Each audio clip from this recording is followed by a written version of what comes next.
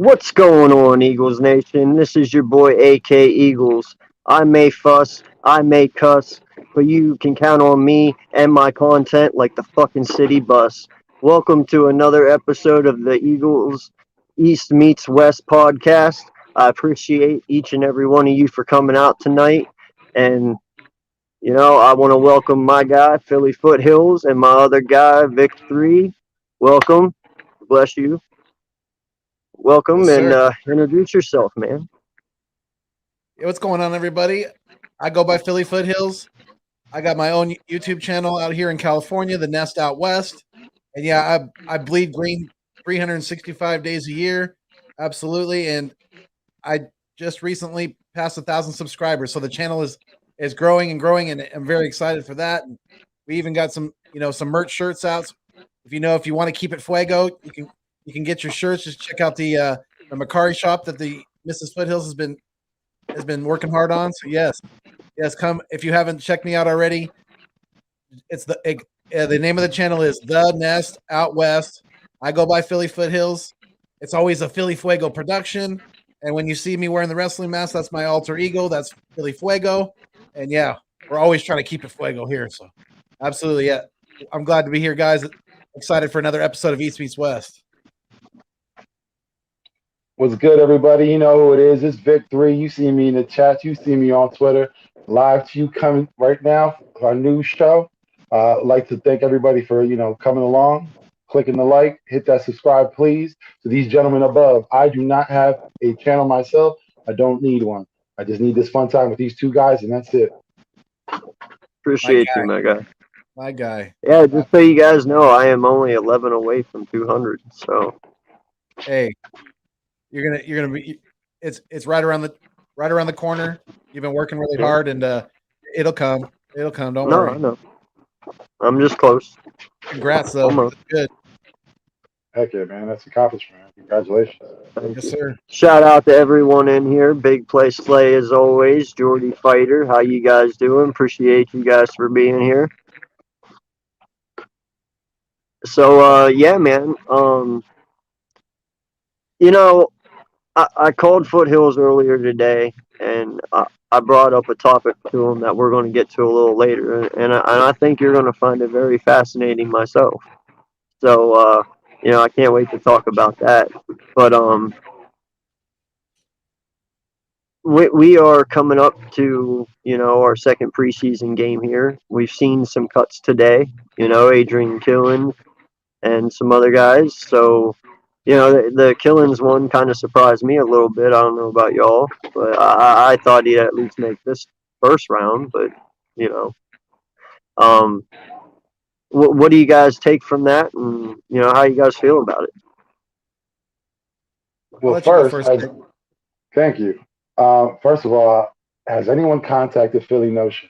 I know this is a sad day for him. I know this is the time of mourning, and I'd like to send out my deepest condolences to him. You know what I mean? I know you had a lot of faith in this man, and I know that you wanted him on the team. But apparently, at wide receiver, at running back, there was a lot of talent in front of him. He wasn't able to show that he could surpass them. So the cut had to be made. It's hard decisions. It's not going to be the first. This won't be the last. This is the first week, so expect more to come. Yeah, absolutely. And it's not surprising because he's kind of bounced back and forth on and off the roster, so I'm not super surprised by it. But Killings he's got some talent, and he's definitely fast as hell. So I wouldn't be surprised if somebody picks him up, or maybe possibly down the road he might end up on the practice squad because I think his kind of foot in the door that they were trying to get him in on the roster was, for special teams, more of a, on the kick return. But it looks like more and more that from what I've seen, Jason Huntley he's doing a very good job in the running back room, and he can return kicks. So, that's probably going to be our kick returner. And Adrian Killings maybe end up on the practice squad. I don't know. We'll see. But yeah, I was kind of surprised to not make the first cut though. Right? Yeah, that I at least thought he'd make it a little further than this, but I do know that we are very. Uh, oh, here. I'll just do it here, man. I don't care. I have control of it. It's not like anybody can come in without my say so. Oh yeah, I was gonna say, Birdman just texted me. He was wanting. He was wanting to. Yeah, I he thought he says. was in the chat, the or group thing. I thought he was in that. That's where I sent the link, didn't I? Yeah, no, I think he's not. He's not. It was only. It was only Yi. Besides the three of us. Oh, Yeah. okay. Yeah. My bad, dog. I didn't forget about you. I honestly didn't. It's probably my fault. I'll take the hit on that one.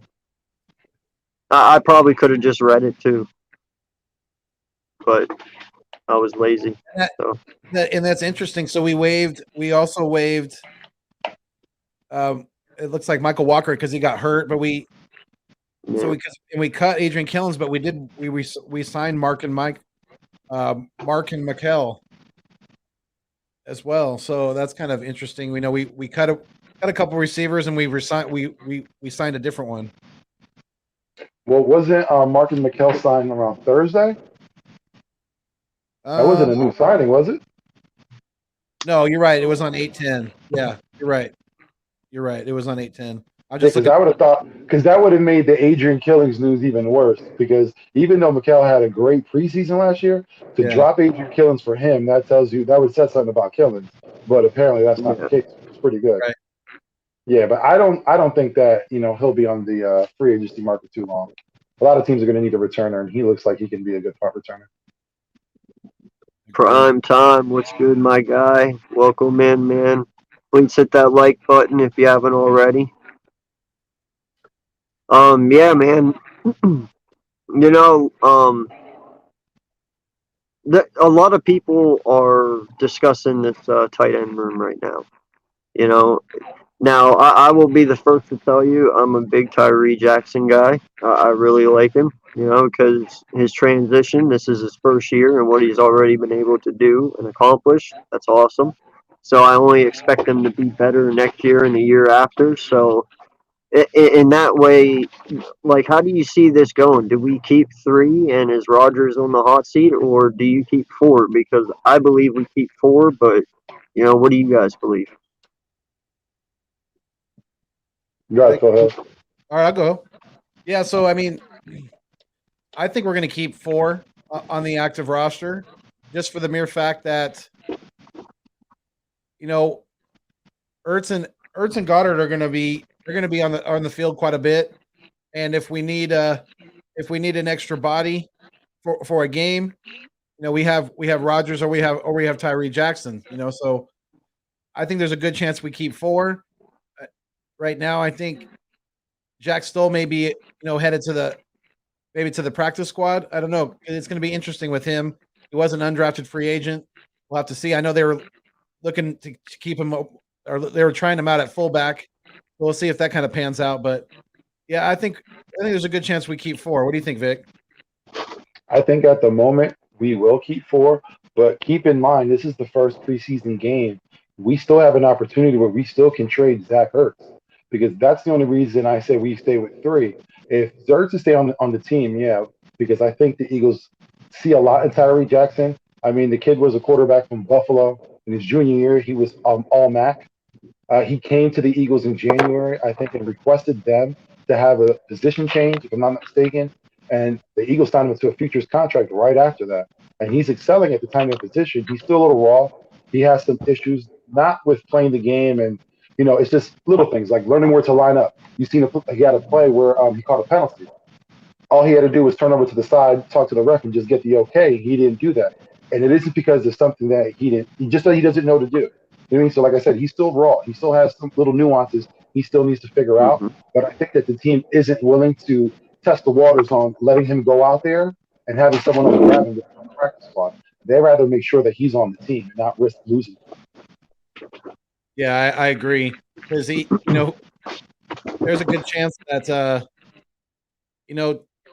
like you said, Ertz could be moved. So we need to keep the depth at tight end.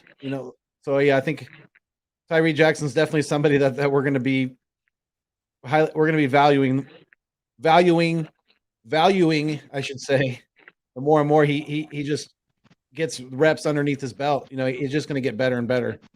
And let me just make this clear: as good as Tyree Jackson is, and the potential that he has, you have to understand there's Goddard, Ertz, and Richard Rodgers are in front of him for a reason, because at this moment they are better tight ends. They know everything they need to know of the game. There isn't anything you really have to show them. Now, like I said, Tyree's a working project.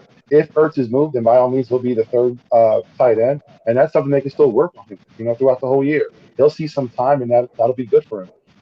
Mixing a little time here and there, take on the practice field. That's a great way to learn. And to the next season, if we feel the need that Rodgers is something that we should keep, we can keep him and stay with 3. If not, we can move on and he could be the number 2.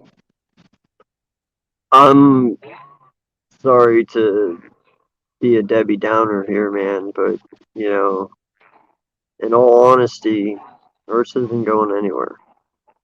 Me and Rock had this conversation last night. I don't know if you've seen or not. And we kind of feel the same way. You even heard it from Jalen himself. He wants Ertz. Like he feels comfortable having Ertz as a tight end. And then when your quarterback says something like that, that speaks volume. People listen, whether or not how they feel, they still listen. He has everything to prove and everything to gain and nothing to lose. Like, you know what I mean? So I don't think he's going anywhere. He's going to stay. And here's the thing. If he stays and he plays good and he can, who knows? Who knows what is possible at the end? Because in the end, he has stated he wants to be here. Before all this shit blew up and everything, he has always stated he has loved us from the bottom of his heart, and this is where his home is. And he still feels that way, no matter how mad he gets at Howie or whatever. He still feels that way about this city. And I think he always will. I think yeah. he always. So he's not going. It's a business, right? Well, and yeah. What did Gail say? But I'm saying no. I know, but I'm saying no too. If that's a relationship that I don't think has ever really truly went off the deep end to the point where they can't reconcile and bring it back. And I believe because of how young our coaches got, and I believe that's kind of why you see Ertz's blonde hair, because he's trying to change his image a little bit to go with what's going on here. He's trying to be a new person, so to speak. So he changes his look. It's a new me, so to speak. Maybe he's buying in, and if he buys in and everything is okay and everything works out, I have no problem with him being here. It's like I told you guys a couple of weeks back. If he can buy into being another Selleck, then what's wrong with him being here? There's nothing wrong with him being here. Everyone's like, yeah, he's not a yak yardage guy. No, he's not. He's possession. Okay? But guess what? He is a yak yardage guy when it does matter, a.k.a. the Super Bowl. That stretch that he made over to get that touchdown. That was a yak yard play, but he only does it when it matters most. He's not going to go put his body on the line and injure himself and end his career for plays that don't matter. He'll catch the ball and he'll drop because he'd rather have that first down than injuring himself. And I'm okay with that. He's a possession tight end. That is what he does, And Goddard is completely different. He's your stunt man. He will go and he will drive through 3 players if he has to, and he's hard on his body. They're 2 different style of players. He's kind of a Kittle type player. But my point is, though, he only does it when he has to. So I don't know, man. I think a lot of us are putting too much into this, because I believe Ertz is going to be here all year long. So. Yeah, well, let me preface this by saying this. Like, I want Zach Ertz to stay because it only benefits our team, at least the way I see it. Because that's more production on the field. And that's a key player on the field. But you got to look at it saying the head office standpoint is we have a player that has an expiring contract and we need to get the most we can get out of him. Yeah, we can get one more season of production, but we could also flip that and turn into a player that can give us multiple seasons of production. So I understand Yeah, what you're but we saying. did it. We did it with Ertz and Selleck. That's why I said if he buys Selleck in was and he's different okay though. with it, then you just swap it. No, it's not different. They're both vets. He takes on the They veteran were, role, takes the tight they end were, too, but and lets Goddard excel.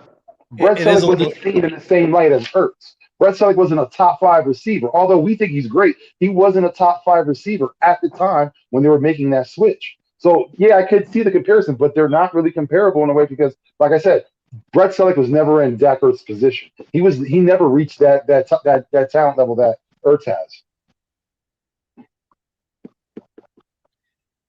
And if okay, so You know, when Ertz but to was drafted, defend that right? as well, though, sorry to cut you off. To defend that as well, though, Selleck also had some decent wide receivers that he played with, and I say decent, not great, decent. To Oh, there's no where knock on Selleck. to where Ertz literally has had shitty wide receivers, which only made him successful because he was able to be successful and be constant in catching the ball. So he automatically became a safety net, which got him over that 100 catch it mark because no one else would do it. So in a way, Selleck never got his chance to shine because he didn't have to as much because he didn't have to have the whole load put on him to where Ertz has had that. And there's nothing wrong with that. If you can handle it, take it. I'm all for it.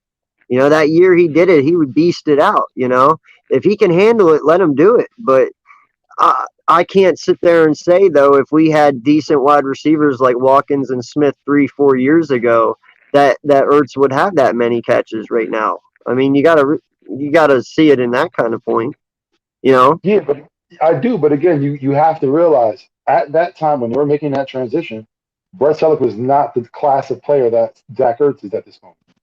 They weren't. They're two separate players. Yeah, like I said, Selleck was a great player, but he wasn't a top 5. He wasn't a top 10. That holds value, especially when you're talking about trading someone on the last year of their contract. Again, like I said, I hope Ertz stays. Like I said, it only benefits us, but you got to look at it on a front office standpoint of how are we going to get the most out of this player? Is 1 year production enough, or possibly getting someone who can give us multiple years of production? Is that more worth our while? No, I get it. I get it. But I don't know. I just for some reason, somehow, some way, dude, we've seen crazier things happen. But the So thing is, we look at it as a fan standpoint with emotion, as when they look at it, it's a cold, hard decision. Like we were saying before, it's a business decision. Everyone here is just a stock. That's all you are. Yeah, you're a player. We might have a relationship, but at the end of the day, you're just a stock. You're just something that's not always not with every player. There are some players who hold way more value than others. And those Ertz stocks is are one very of those. high. And Ertz is one of those players. Why do you think they couldn't get rid of Jason Peters for all those years? He held value, even though he was fucking old. He held value, dude. You heard whenever they came out, or I heard when Ertz came out. That practice that I was live at on Sunday, dude. The whole fucking place went crazy. That's what I'm talking about. That holds value to them. You know what I mean? Like to where it's easier to get rid of some players because they're not fan favorites, so to speak. But Yeah, Ertz is on a whole nother level, and that's the difference. You just can't easily walk away from that and still be okay. You know what I'll I'm say saying? this. So that's what I'm saying makes it difficult. But is he going to be okay? But is Ertz going to be able to adapt his game the way that Selleck did? Because Selleck was able to I become believe so. then if Ertz can become a better blocker all of a sudden, I'm going to be like, what the Oh, fuck? Why couldn't you have done that no, I'm all not talking along? blocking. I'm talking mentally mature enough to take on the role of being a mentor over being a productive tight end. Like, I don't care about his blocking per se. I mean, we've made it work with Ertz for 8 years. I'm not worried about it. Well, It is what it is at this point. I want him to take that next mental step in his career to recognize, hey, I still am good, but it is time to be that guy, the mentor in the locker room to make these younger guys better. So when I leave and retire, they can be better than me. That's the part I want him to get to. You know what I mean? Just to go over your one point though, when you were saying, Ertz is a fan favorite, this is the same organization that got rid of Brian Dawkins. They didn't want to resign him. So fan favorite to this organization is only a certain factor, not enough to keep anyone, no matter who you are. How old was he though when we did it? It doesn't was matter fucking because old. look at Ertz. Yeah. Ertz is almost at the same point of his No, career. no. Dawkins was like 36 when we got rid of him. Ertz is only Dawkins 30. had like 36. Yeah, he was like 36 when we got rid of Dawkins. But I'm saying that he's still a fan favorite regardless. What happened to our position the next year? He was the guy for the job no matter what. We should have resigned him. Yeah, probably so. But I mean, still at 36, I mean, I understand that point. 36. I mean, I didn't even want to bring JP back the year we wanted to put him at guard because I was like, dude, he's 37. Like, no. Like age in that certain kind of position matters, and that's what I'm saying. Like, Daryl Revis is the perfect example of that. I mean, think about it. When he was older, he was not Daryl Revis anymore. Well, that's kind of the way you had to look at it. Yeah, he did great in Denver. I will say it, but he only did it for 1 year and then he stopped. So in a way, we were right. Give him away 1 year later, and he's done. Now look, Jason Peters is in Chicago this year. This is his first year. He'll probably be done after this year. It's just how it is. But Ertz is not done after this year.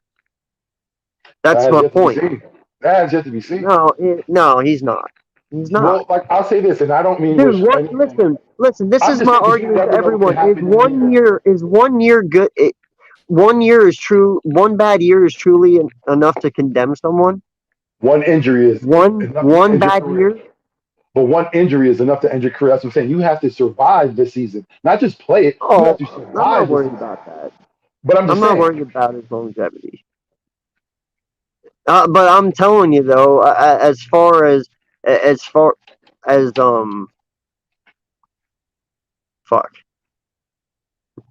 Now you got me.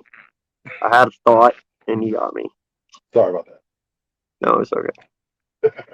But no, it's fine, man. I'm not worried about it because, like I said, he has at least 3-4 years left. It might not be after this year. It might go down, but he can still be productive. I mean, his hands still work. It's not like he's crippled. Yeah, but like you were saying, it's 3 seasons. So you figure you have Jack Stahl, you have Tyree Jackson, and you still have Dallas Goedert. Are you trying to? Well, I'm going to take Ertz over Goddard any day. No, but I'm saying Stahl and Jackson won't be ready next year. I don't believe. I mean, Jackson still needs at least 2. So, are you okay sacrificing 3 years of their development for Zach Ertz? Well, no. That's why I said if he takes that mental. Hold up. We lost him. No, that's why I said it. If he takes that mental maturity step where he backs up, dude, there's no reason that he can't make it work. Because even though he's playing, he's still at practice helping these young guys get, like Jackson and Stoll, get what they need.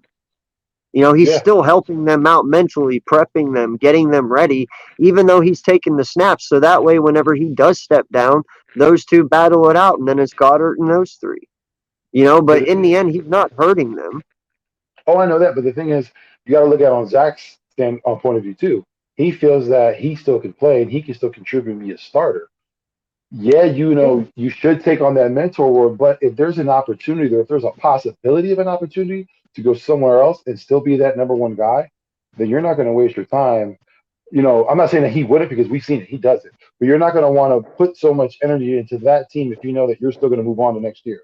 You're going to want to save yourself. And I understand that as well. But I also look at it as we've already went 2 years with Goddard being behind him. What's one more year?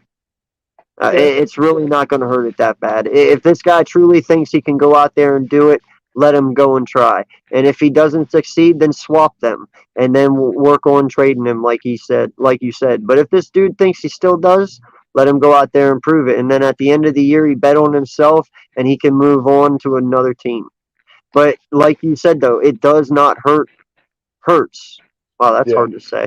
It does not hurts to have Ertz on this team. It truly doesn't. And even Hurts said it himself.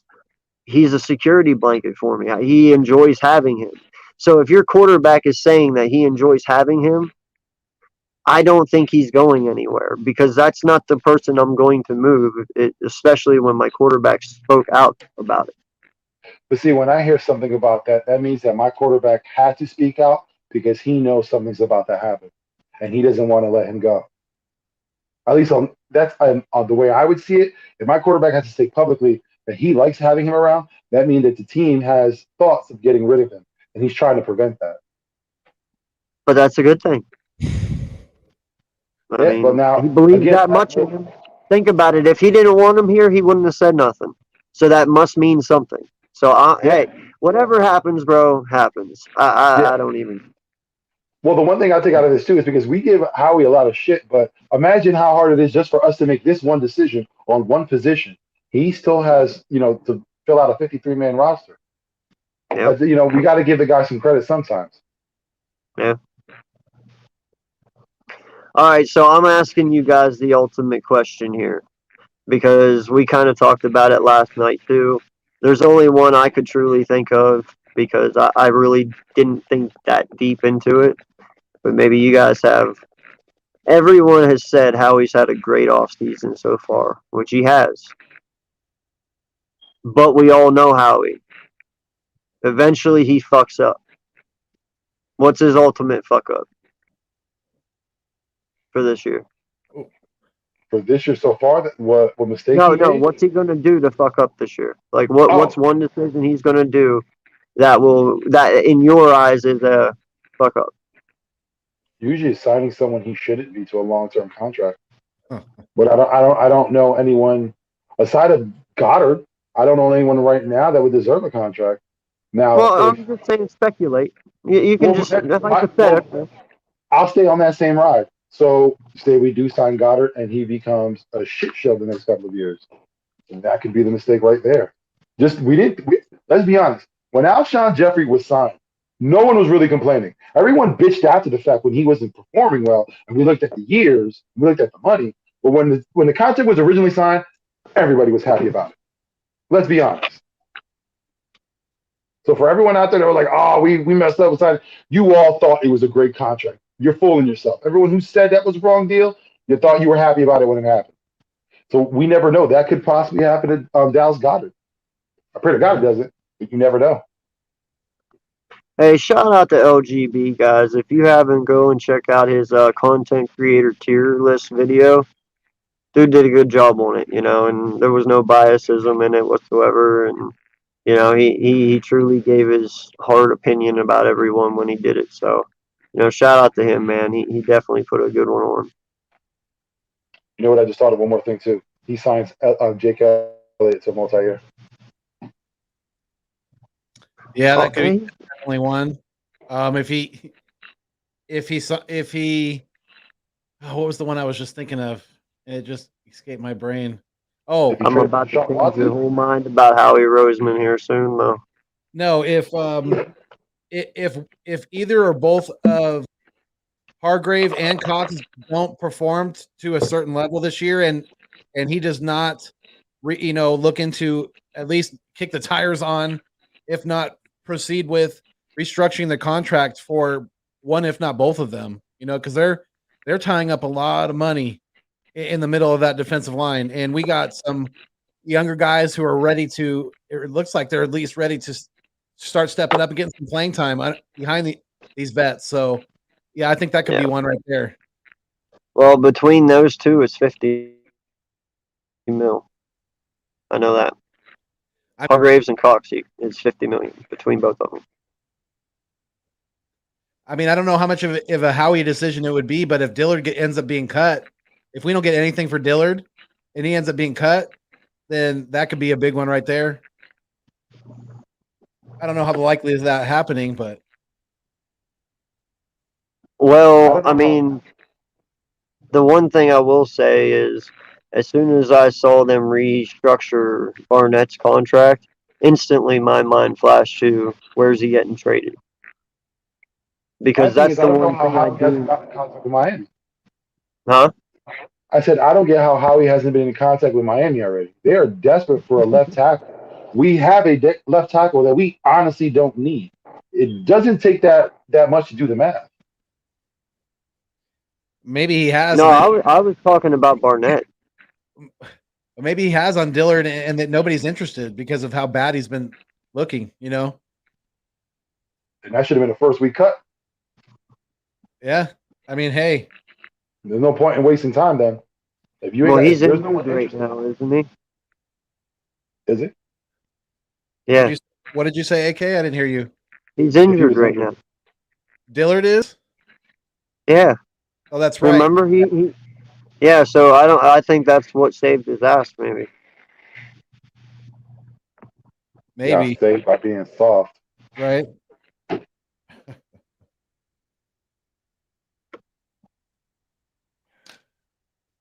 Ladies and gentlemen, boys and girls, children of all ages, here he is, Birdman 951.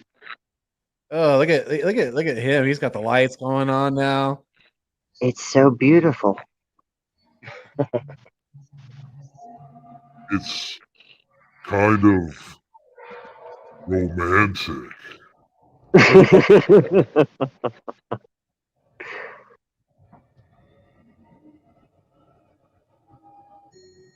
He's making his entrance, ladies and gentlemen. I see smoke, I swear to God.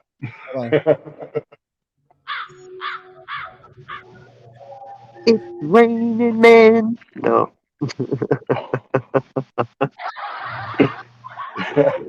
Oh man.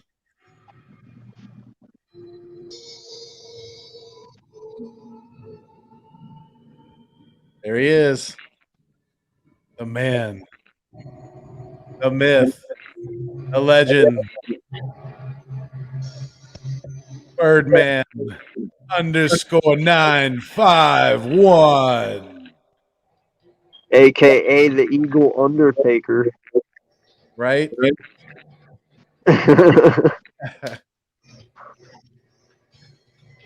He's got to be the scariest Eagles content creator, that's for sure. What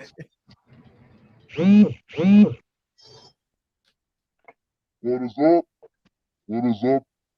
Let's go, birds. What's up with them birds?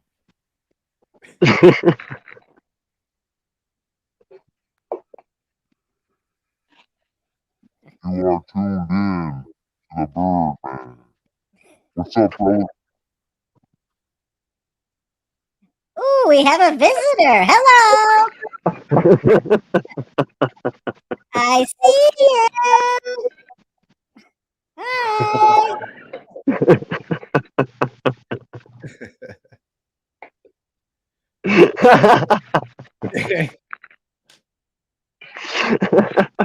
Oh my goodness. Oh shit, that was funny. What's good, Miss Birdman? How you doing? Appreciate you joining in. What's good, Jock Talk? How you doing? I want to know how many times you guys have watched the Quez Watkins play. I probably watched it, right? I still see it in my mind. Like it was crazy. Like I said, it's the speed is unimaginable. It happens so fast. Yeah. Ange said I was running in my sleep last night. I was like, I was only imagining. You were Quez? I was Quez. I showed the missus that clip of Quez's play, and the one thing that caught her attention from the play is Joe Flacco. She's like, "Is that Joe Flacco?" like, yeah, that's Joe Flacco. No fucking lie, dude. You weren't there. We were sitting on the couch. I was live streaming, right? he threw that ball too, and they said his name. Ange looked over at me. She was like, "When did you get Joe Flacco?" Yeah, like whoever thought by the end of the night people would be complimenting Joe Flacco's play. Right? Right? Like that was probably one of the biggest He didn't surprises even Thursday do night. anything. He only threw it like 2 feet. That's all he Listen, did. Captain Checkdown was doing his thing. You know what I mean? Like he looked, he gave 2 reads, that was it. 2 looks, You know what that back to the was? running back. That was Philip Rivers' offense from last year. Yeah. Yo, did you guys see Desert Eagle? Nah. Yeah, Desert just cut off his dreads, man. He looking like Kid and Play right now. Just seen it on Twitter. Hey, what's up? What's the Chicago's quarterback? You got Trey Justin Lance. Fields. Oh, I always get them two confused. Trey Lance and Justin Fields. Jesus. Oh, by the way, hey, did you see Foothills, what they said today? I don't know. Oh, you're muted. Never mind. Anyway, did you hear about my bet with Bird Gang 31? No, what's up? We made a bet. He's a big freaking supporter of Mac Jones, huge supporter. And well, Vic knows this. You were there, weren't you? Yeah. You know. Yeah.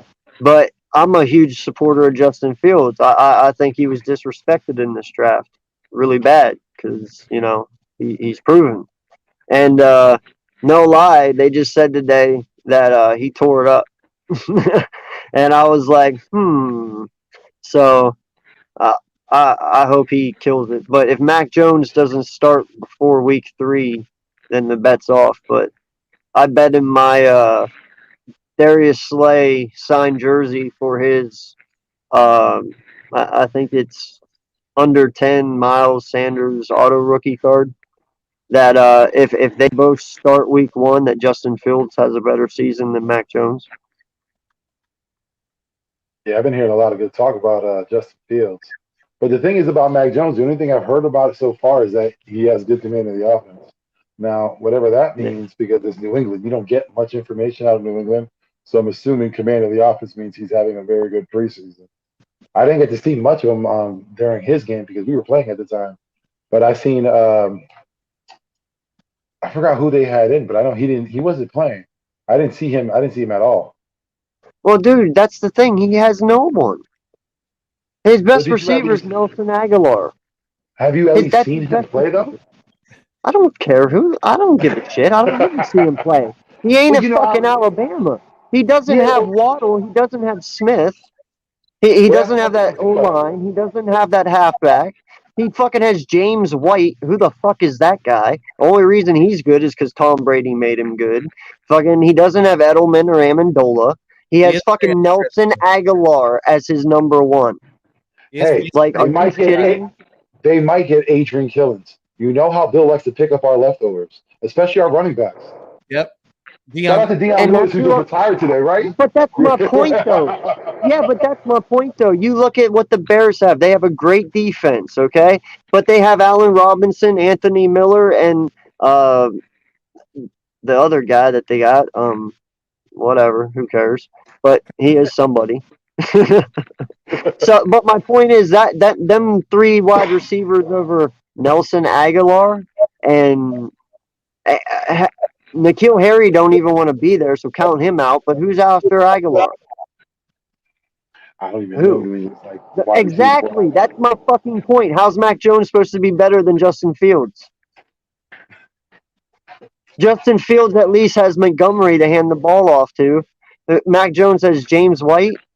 Fuck that like guy. I said before, when we had the conversation, it was because of the only reason why I gave Mac Jones any kind of fight, any kind of footing in this fight is because of the fact that he does have Bill Belichick, and he does have the New England Patriots back office to system, and that helps a lot because again we've seen where if a quarterback goes into a bad coaching situation, that's going to affect his career as well as the coach. No, but see, that's the wrong answer, my guy. The thing was, they got Trubisky. That was the wrong answer. Now he actually has a guy that's fucking actually mobile and can throw the ball while he's running and runs a 4.4 and is 6'5", 250. Yeah, Trubisky was the fucking problem. Now you have Justin Fields, it all works. Yeah. Only time will tell. Only time will tell. Hey, Chicago has an offensive weapon in Doug Peterson, so their season could just turn Yeah, around. I saw that, dog. It's gonna be totally different from last year. Doug's gonna turn things around. What's going on, Birdman? Yeah, like I was gonna say, man, everybody got to pump the brakes on these quarterbacks, man. This is preseason. We talking about practice? Come on, man. But you know what I don't like? I don't like how they'll pump all these other guys up and they'll just smash on Hurts. That's I call bullshit, man. I mean, he didn't get to play that much or whatever. A few drop passes, whatever. I kind of think they did Hurts wrong a little bit. Let Flacco have pretty much like a whole quarter. So, but it is what it is. But I don't like the fact that the media is just blowing up all these other quarterbacks, and they just have us like we're not even an NFL team. Like he's not even an NFL quarterback. I just can't stand it. That's why I'm like, I'm not trying to rain on all those other quarterbacks, but because of the disrespect the NFL has given us, like I'm salty on it, especially when it's like Colin Cowherd. I saw his little stupid list saying that he wants us to shit the bed so he can prove his point to the media that that we're just a big old dumpster fire. But that guy's full of it because when we were winning and all that, he was aligned with everything, praising Howie Roseman, praising Lurie, praising the whole organization. Wentz gets hurt and has some issues, and now it's just like, oh, this and that. This organization's crap. They don't know what they're doing. I'm gonna wish all bad things on Hurts and and then one guy throws a touchdown to someone that's wide the hell open, and we're already doing a parade in Chicago. Like, give me a freaking break, dude. Chicago hasn't done a damn thing in a long time. They've been trying and trying and trying. They still don't know who their damn quarterback is. That's going to still be an issue. But, it is what it is at the end of the day. But I'm pumping my brakes, being a cheerleader for all these other guys because all the disrespect they're giving to Philadelphia, I ain't giving you nothing back right now. Well, see, I embrace it, man.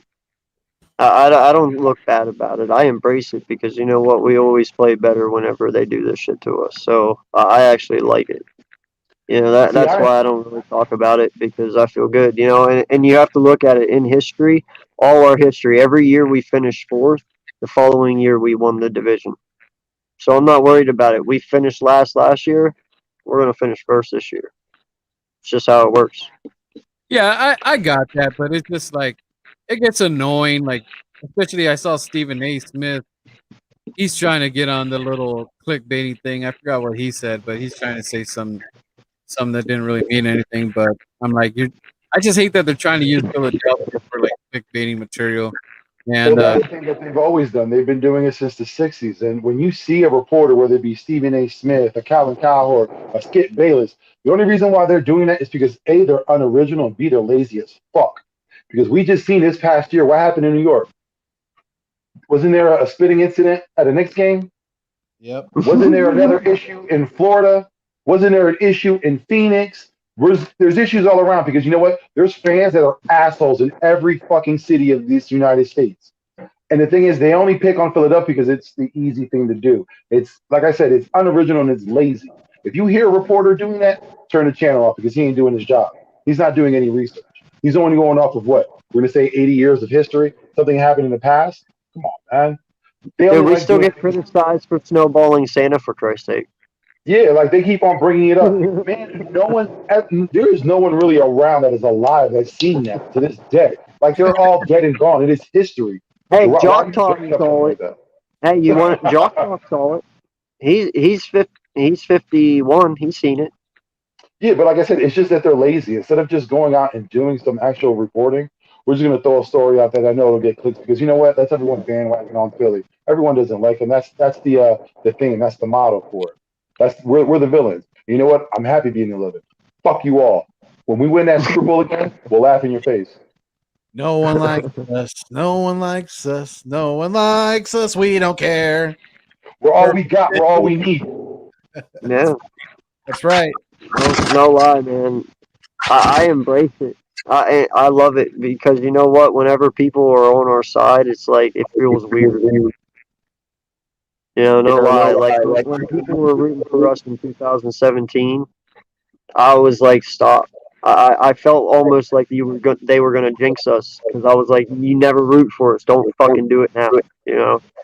And then when they didn't, and we went into the playoffs and did what we did, I was like, wow, that felt normal. You know, because you just proved everyone wrong. You know what I mean? So Yeah. I love it. I love when they doubt us because that's when we play our best. See, like in 2017, when we were getting covered because we were winning games, it felt like we were the Boston Red Sox. Everyone shitted on Boston for years because they were the Yankees bitch and still the Yankees bitch. But again, everyone clowned them for years. And as soon as they won that World Series, they were the best team to slice bread. They were the next team to the New England Patriots. Everyone loved them. Bandwagon fans. When Philly did it, they were on that same thing. But again, they get back to those same old routine where they just want to crap on the city because they're unoriginal. Guys, this isn't a call in right now. I just had to get Birdman and forgot to send him a link. So sorry. Yeah, my bad. Apologies. No, it's okay, man. It's all good. One day we'll have you on the college show. So all right, I'm gonna bring it up here for a little bit. You know, we're going into an hour, and I want to get this conversation going. So I don't know if you guys seen, but about 2 days ago, Doug Peterson showed up in Indy as a coach. In Indy Now too? Hey, he's in Indy. Hey, he's going Chicago and Indy. He can't make up his mind, huh? Nick, he's trying to make up his All mind. right. No, he's actually coaching there though. He got a coaching job. Okay. Is Now that here's the thing. Now here's the thing though. This is what I want to say, and I told Foothills this last night. Now I'm like, all right, you fucking lied. Because whenever you sit there and you say something's dysfunctional to the point of no return, when you say it's so dysfunctional they didn't talk for weeks on end, the last person I expect him to go and coach is that guy that he supposedly had an altercation with and didn't talk to weeks on end. So what I told Foothills is somehow, some way, I truly feel they were like, "Well, are you going to coach this year?" And they were like, and he was like, "No, I'll probably take the year off." Well, they were like, "Well, you know what? We can twist this somehow, some way that it over this past year, they reconciled, and now he's in Indy because him and Carson are cool." But now that he came in literally 5 months after being fired, it's like, all right, you literally are lying because no one's going to do that. I would never go and coach somebody I so-called had a confrontation with. So that kind of shows me right there how he's blatantly lied to us, saying that this is how it is whenever I believe Jeffrey wanted Hurts, Carson, Howie, and all the rest of them wanted Wentz. And, well, Jeff is the boss. He got what he wanted. So Doug technically fired himself and left Howie to clean up the pieces, so to speak. What do you guys say? Because I don't know what else to think at this point. Yeah, it looks like a big mess. I think he's trying to bring the fire with Frankie. And the Eagles called it.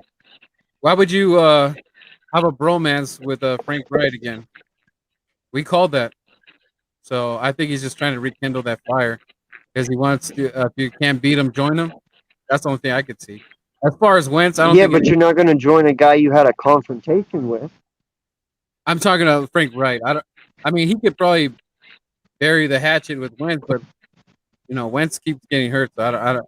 I mean, who's the quarterback playing? Is that a rookie guy or something? No, Wentz is back. I don't think Wentz he's back. is back. But He's not fully, but he's back. He's getting there. He'll be ready week 1, supposedly. Yeah, but until the meantime, I think they have Jake Eason handling the duties. Yeah. I mean, I don't know. like I said, I think he's just trying to rekindle the fire with Frankie. I don't think he really cares about Wentz or whatever. I don't think he is even going to have any say on Wentz or whatever. But I got your point though. But I think he's just. I think I haven't seen anything confirmed on that, so I think it's possibly he's just visiting. You know, just like he did Chicago. Because I haven't seen anything. I all I see is that he visited the Colts camp. I haven't seen anything about him becoming a full time coach on their coaching staff. So I think he's just visiting some friends. Listen, one of the issues that everyone kept on saying was Doug is that he was very loyal. Now, there's no issue with being loyal, but it was just loyal to a fault. He kept coordinators around when they shouldn't have been. He elevated coordinators positions when they shouldn't have been. And at the end of the day, you see where that loyalty gets you because, Doug is shopping around for a job, what it looks like. He was in Chicago. He was with Matt Nagy, who he gave an opportunity, got Matt Nagy that job. Now he's floating over to Indianapolis, apparently, discussing with Frank. It could be that Doug's just trying to get back into coaching, and the first two options he has are the first two people he had reached out and helped along their career. So again, that loyalty comes back for Doug, and that's one of the reasons why that's a big issue in the NFL. Everyone's recycling each other. There's never any new faces. We always talk about why there's no diversity because we're stuck to these same names on this list, and everyone goes after bat for each other, but there's never new fresh faces. So on that end, I can see why Doug got with, Frank because they're old friends, and in a way, Frank owes them. Now, on our end, it kind of looks bad because we have the quarterback who we said had issues and we didn't want around, and the coach who, like I just said, was too loyal to a T. Now they're making up in Indianapolis, and Howie's here by himself. So it makes it seem as though Howie was the main issue. It's not those two. There was no bad relationship because, again, they're together. They work things out. Howie's the only one, the odd man out. This looks so stupid. It's like the Indianapolis Eagles and the Philadelphia Colts. This looks stupid. But that's every team when there's a change and someone goes to another team, they usually work out with each other. The same way how Jimmy Garoppolo got to San Francisco. You know what I mean? Like he had a relationship with Bill Belichick. Bill Belichick actually wanted him to give him Brady, but the owner got involved and they shipped off Garoppolo instead. Well, all that is because of the relationship that they had. Yeah, I don't think there's any serious bad blood between Peterson and Wentz. I think we all know that a big part of the problem when they were here and when they were with our Eagles is Howie Roseman. It has a lot to do with our general manager, sprinkling in a little Jeffrey Lurie.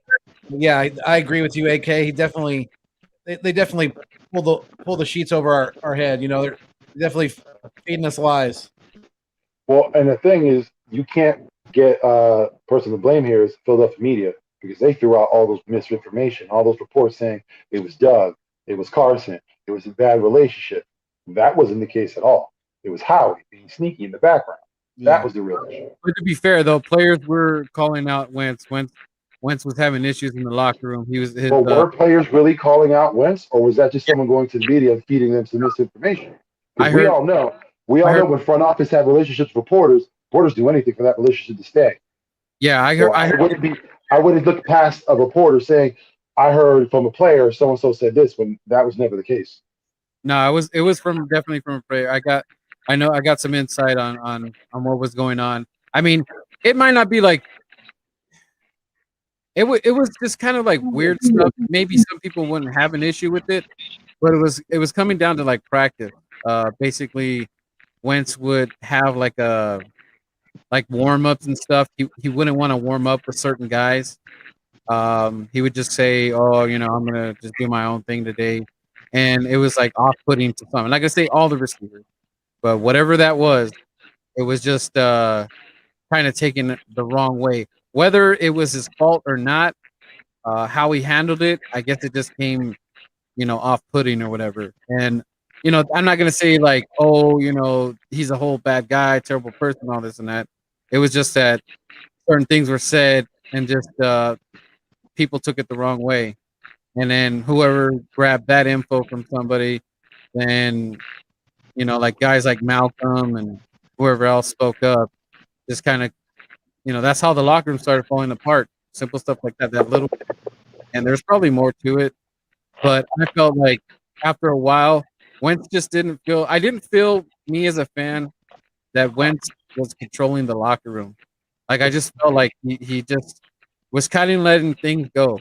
Like didn't want to say anything to say, and just kind of just this is the result that we saw that he wasn't really grabbing the bull by the horns. And with the media, that didn't help. The Howie and Dougie battle and having starters stay in instead of who needs to be in. Especially with Jason Peters, is just like somebody. And Howie's still not out of the dark. I don't care how great of a draft they supposed to say he had. I don't feel he's just. This is not over yet. This year is going to be very telling, and we'll see how it goes. Especially with that whole Watson, thing link that it's like a cloud over the Philadelphia right now. Um, and reporters are going with it, like asking, saying, "Oh, it's 90%," and I forgot whatever that other CBS guy came out and, "Oh, the cards are on the table. It's just a matter of time, guys. Any minute now." That sucks, man. To be in preseason, to have that stupid rumor, talked about, it sucks. So, but I'll give props to if Jalen still, competes after all that crap being said about him and shows out. Oh man, that this guy, it's gonna be hard for me to just say he needs to go, man. I mean, I think he can get to 8 wins and above, and I don't see the problem with this, especially with this division. I don't see like a 12. And you could say Cowboys can win 12, but I don't even know if Dak's even ready to tell you the truth, man. And they're kind of downplaying everything. Oh, he's fine, but that's how they always do it. Do you want a quick history lesson, real quick? On the Eagles, Yeah, you might know it already, but there's people out there who probably don't. So, do you know that there are two other quarterbacks on our team who had the same exact year as Jalen Hurts did this past year in his 4 starts that went on to be two of our greats? what do you mean as far as wait, say it again? There's two quarterbacks on our team Okay. who had the same exact start as Jalen Hurts, 4 games at the end of the year, and statistically did the same statistics, stat wise, passing yards, completion, all that. Actually, the two are Randall Cunningham and Donovan McNabb. All right. They both started 4 games at the end of their rookie year. Donovan actually had less touchdowns than Jalen Hurts did. Jalen Hurts did better than Donovan did his first 4 games, and he actually did better than Randall Cunningham did his first 4 games because Randall used his legs. He didn't really use his arms when he was first brought in. So Jalen Hurts did better than both of them, and we think of both Randall and McNabb as two of our greats. So why do we sit here and say that this kid cannot be them? That's a good comparison. Yeah. Yeah, it's something to look forward to. I believe in him, man. I just believe in the dude. Like I can't see him just going out and just stinking up the joint, dude. Like just throwing pick after pick after pick and then running for his life, going backwards. Yeah. I just can't see it, dude. I don't know. But I can't wait. I can't wait for this game. I'm pumped. Like I told you when you were doing that 5-hour stream, dude. I'm so excited, dude. We haven't even seen Devontae. We haven't even seen Devontae, so maybe in a weird kind of way. Yeah, I don't want to hear anyone ever say that this is a 5 or 6 win team ever again. Like, dude, you put Devontae Smith out there, you put Quez out there, Rager, Fulgham, just those 4 guys alone, man. Miles wasn't playing, Brooks wasn't playing. Our line was just what it was. They were testing things out. But when it comes week 1 and that whole group is out there as a whole and that vanilla playbook is off the table and they're actually in the real one, dude, it's going to be disgusting. Yeah, like I said, maybe it is a blessing that Devontae's not out there right now. So because people were just thinking, oh, we don't got no receivers, and I forgot who tweeted, it was ESPN saying, oh, the Philadelphia Eagles, they need to go get a veteran receiver now because they don't have receivers. So, like I said, maybe it is a blessing that Devontae ain't out there right now. And then he's just warmed up for Atlanta. And we just tear Atlanta. They don't see it coming. We just right hook right away. Bam!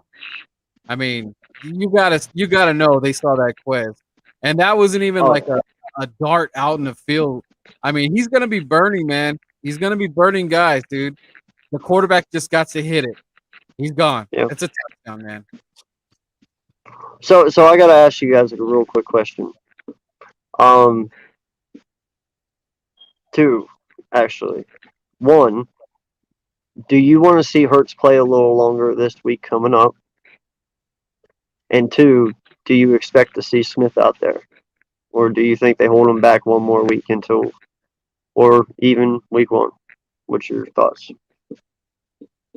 I want to see more of Hurts this week. I do, because I don't think they, like Birdman said earlier, I don't think they gave him enough time in the first game.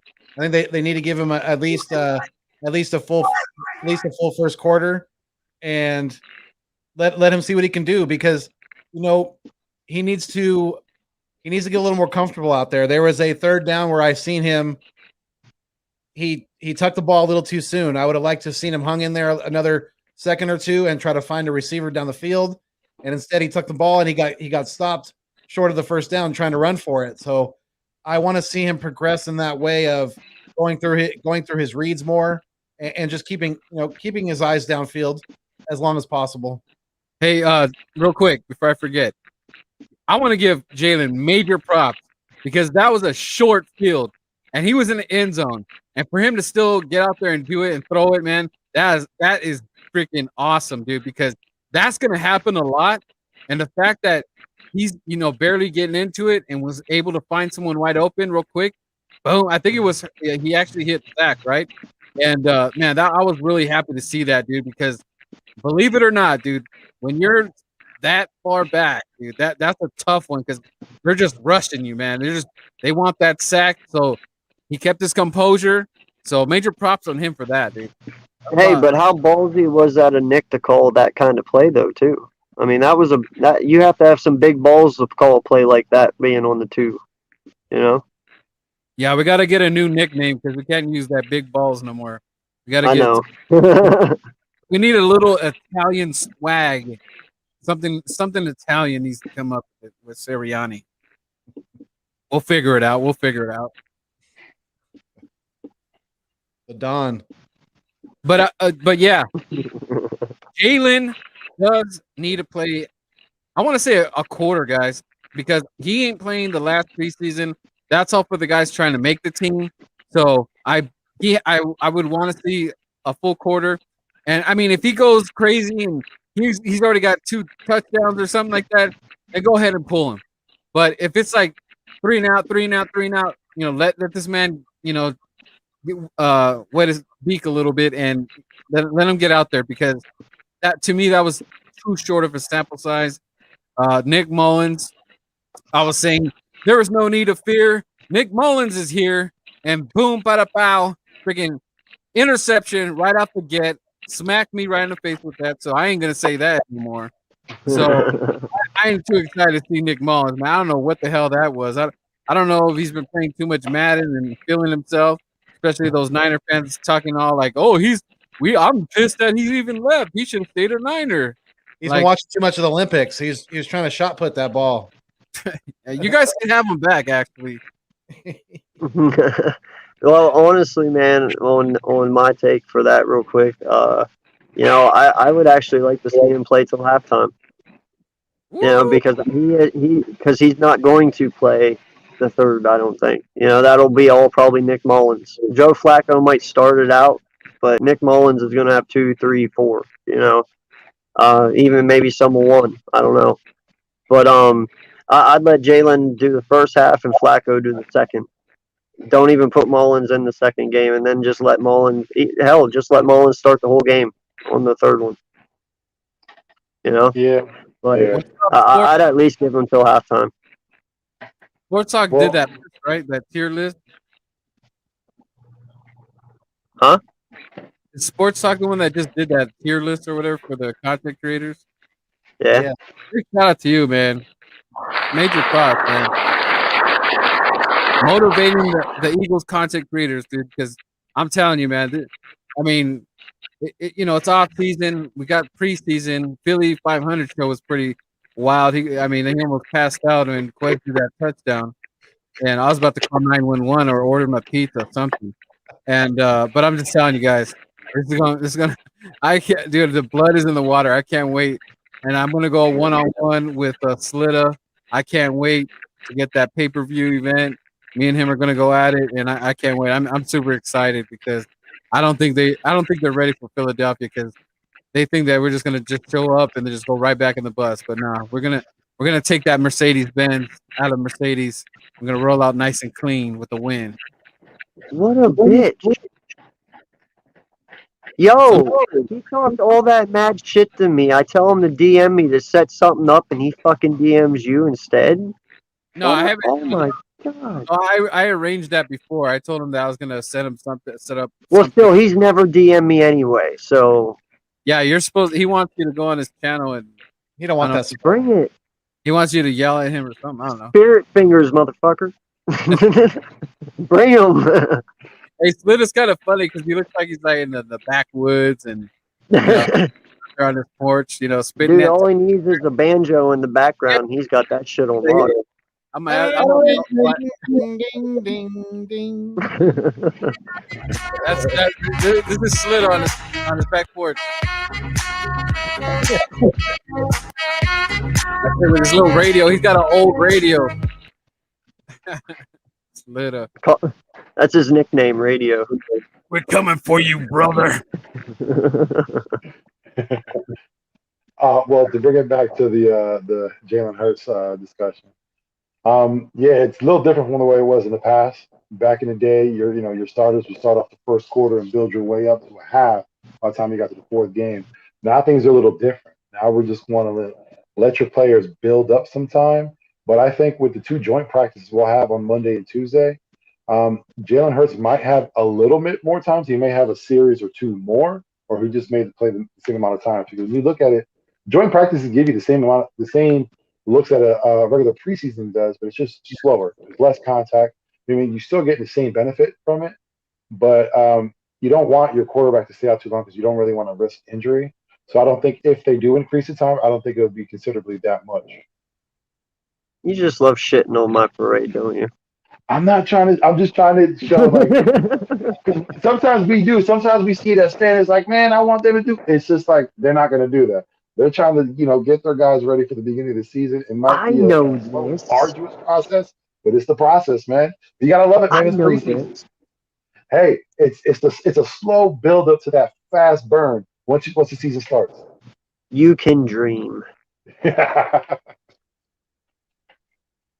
And that's what I'm doing. I'm dreaming. Man, I'd love to see him till halftime. That'd be awesome. Yeah, but that'd be kind of rough. Imagine you being the coach that you're starting quarterback into a halftime in the second preseason game, and he's out for the year. Shit, he deadlifts six. He deadlifts 620. He'd be all right.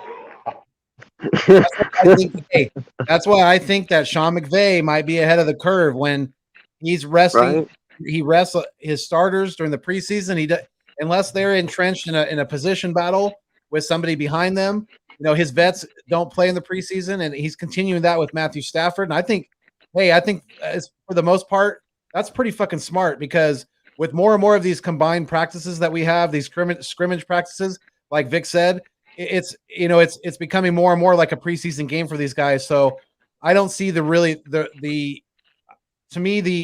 reward outweighs the risk. It definitely does. I have a question. I don't know. We used to do that back in the day. By the way, in the early '90s and stuff. Emmitt Smith never played preseason ever. Troy Aikman. None of those guys did. To that, I'll say a little differently because I remember as a kid, I was fortunate enough to know that before the Eagles played at Lehigh, the Giants and the Jets would always play like a semi-scrimmage game. It wasn't a preseason game, but they would have like a joint practice in Lehigh. Now I remember Yeah. when they would play, at least at that time, players were getting dogged out. You're playing that first 2 quarters, Yeah. and then we'll Yeah. bench you from there. Back then it was different, but again, that was a different monster back then.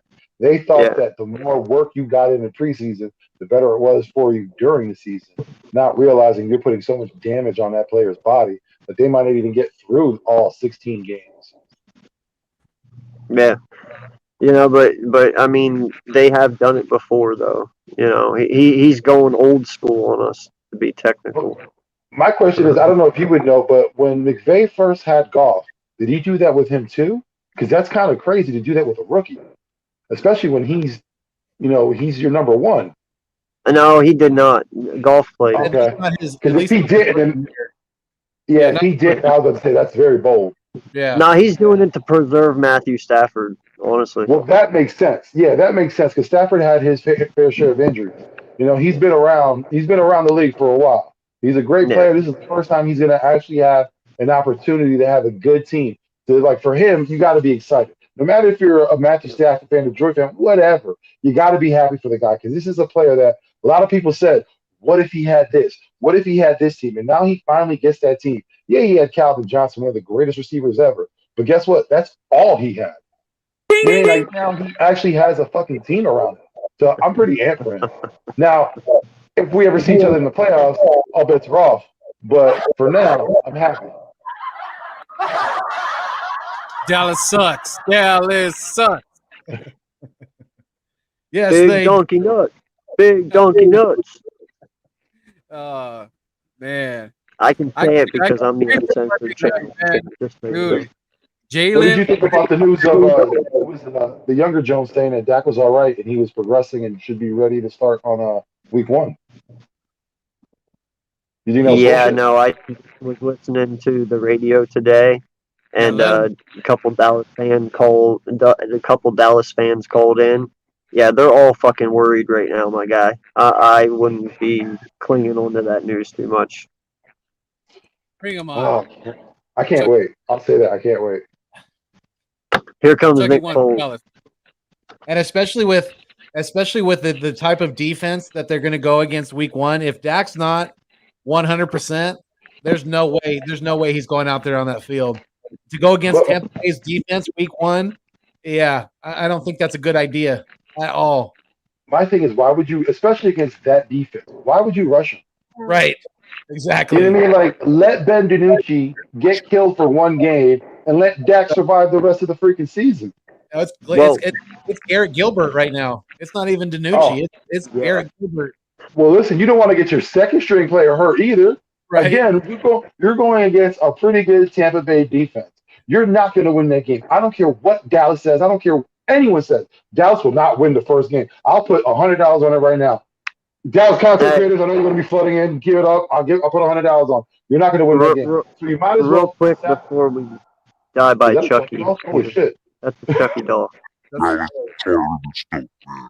We're calling it Dak Prescott and your pig, man. You guys are finished. You understand? Y'all heard?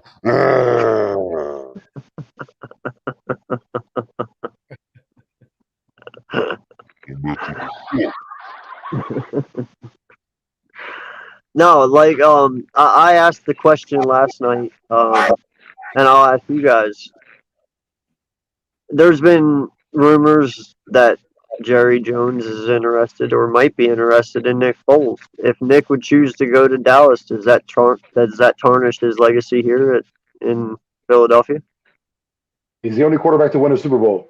I don't think if he won a Super Bowl for Dallas, that's something that would tarnish his reputation. Yeah, I think Nick Foles would have to do something way, way worse than go to the Cowboys. If he did like a TO shit on the Eagle type thing, then yeah, that would probably ruin it too. But I doubt Nick Foles would ever do something like that. There's just some fans out there I heard last night saying, no lie, just him putting on that jersey is bad enough. Like, people take it too far. You know what I mean? Like, I know, if I got I know, right? Like, calm down, people. Relax. But don't get me wrong, though. He could fucking thrive in that offense. Or he can screw that whole offense up. McNabb was on Washington, so it's not that bad. Like I see Nick Foles, honestly, aside of that Super Bowl, I see him on the same level as I see what's his name? Fitzpatrick. You know, Fitzpatrick gives you maybe like 4 good games. You get 4 solid good games. And after that, it's a shit show. And he might give you 2 at the end where he'll come back. That's the same thing with Nick Foles. He'll give you maybe 3 or 4 solid games. After that, he gets figured out and it's back to the same thing. I know. You know what, man, and you just bringing up Washington. I'm gonna say it. I love how everyone pins Watson to us because you know what? No lie, bro. I've had it set in my mind for a long time. Watson's going to Washington. If not this year, at the end of next. That's the only place that makes sense. If he wants to win, no lie, I'll even say it. I won't even be biased. If Watson would go to Washington, dude, they're automatic Super Bowl contenders. No lie. My honest opinion is I think that Watson played his last game already last year. Honestly. Like forever? Yeah, he's. You got to think about it. These cases aren't going away. There are 10 that are, serious cases. You can put the 22 aside, which is hard to do, but let's put those 22 women aside. All of them. You know what I mean? You got to focus on those 10 that are legal. Those are serious charges. Now, if one of them stick, what NFL team is going to be ballsy enough to pick up? Who's going to pick them up? Who's going to want to risk that? Nobody. No, Washington's owner's pretty fucked up. What's his name? He is a pretty messed up dude. He is. He's done some wild things, but again, you just seen a man who just went through shit on a name change. I'm pretty sure he doesn't want to bring all that bad PR back because that's what they did last year. They hired a PR firm to take care of the team. That's what's running the Washington football team, a PR team. They're not going to get Deshaun Watson. They're not going to, risk all that work they did for the past 2 seasons to just throw it all away. Nah, I honestly believe that Deshaun Watson had played his last down. You might think I'm wild. You might think I'm crazy. But has he been on the field yet? I see that. No, I'm not saying you specifically. I know when people see this, they're like, oh, he's crazy. You know what he's talking about. Oh, yeah, no. Yeah. No, but that's what I'm saying. I can't say that, though, until those charges are filed. But as far as right now, hey, he's whatever the NFL says he is, I guess he's still legal to play right now, right? Well, he hasn't played yet. What reason? He's at practice. Exactly. He's at practice. He's not hurt. Why is he not on the field? Well, I know, but that's what I'm saying, though. Like, I'm saying, though, he wasn't banned or anything yet. He is legally able to play right now. If he wants to. The NFL's not stupid. Tom Brady put a bad taste in their mouth. They're tired of getting sued. Even though they're in the right, they're tired of getting sued for dumb shit. So they're not even gonna try to press that. They're not even gonna try to broach that subject. They'll wait. They'll let him, get himself in trouble. They'll wait until all that information comes to light because when it does, it will be damning. You know what I mean? Like I for those women's sake, I hope nothing happens. Honestly, because that means that he affected 32 women's lives. In my book, that's not a man. That's a punk. I don't want him anywhere near my team. I don't think he would deserve to be on the field for anyone. And if any team or any owner would decide that they would want Deshaun Watson after having that information, then I think that fan base should just own that team. Yep.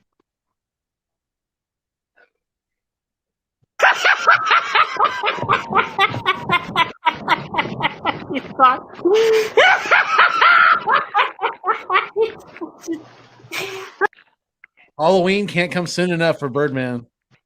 Chucky have to agree with you. Chucky agrees with you there. Big Vic.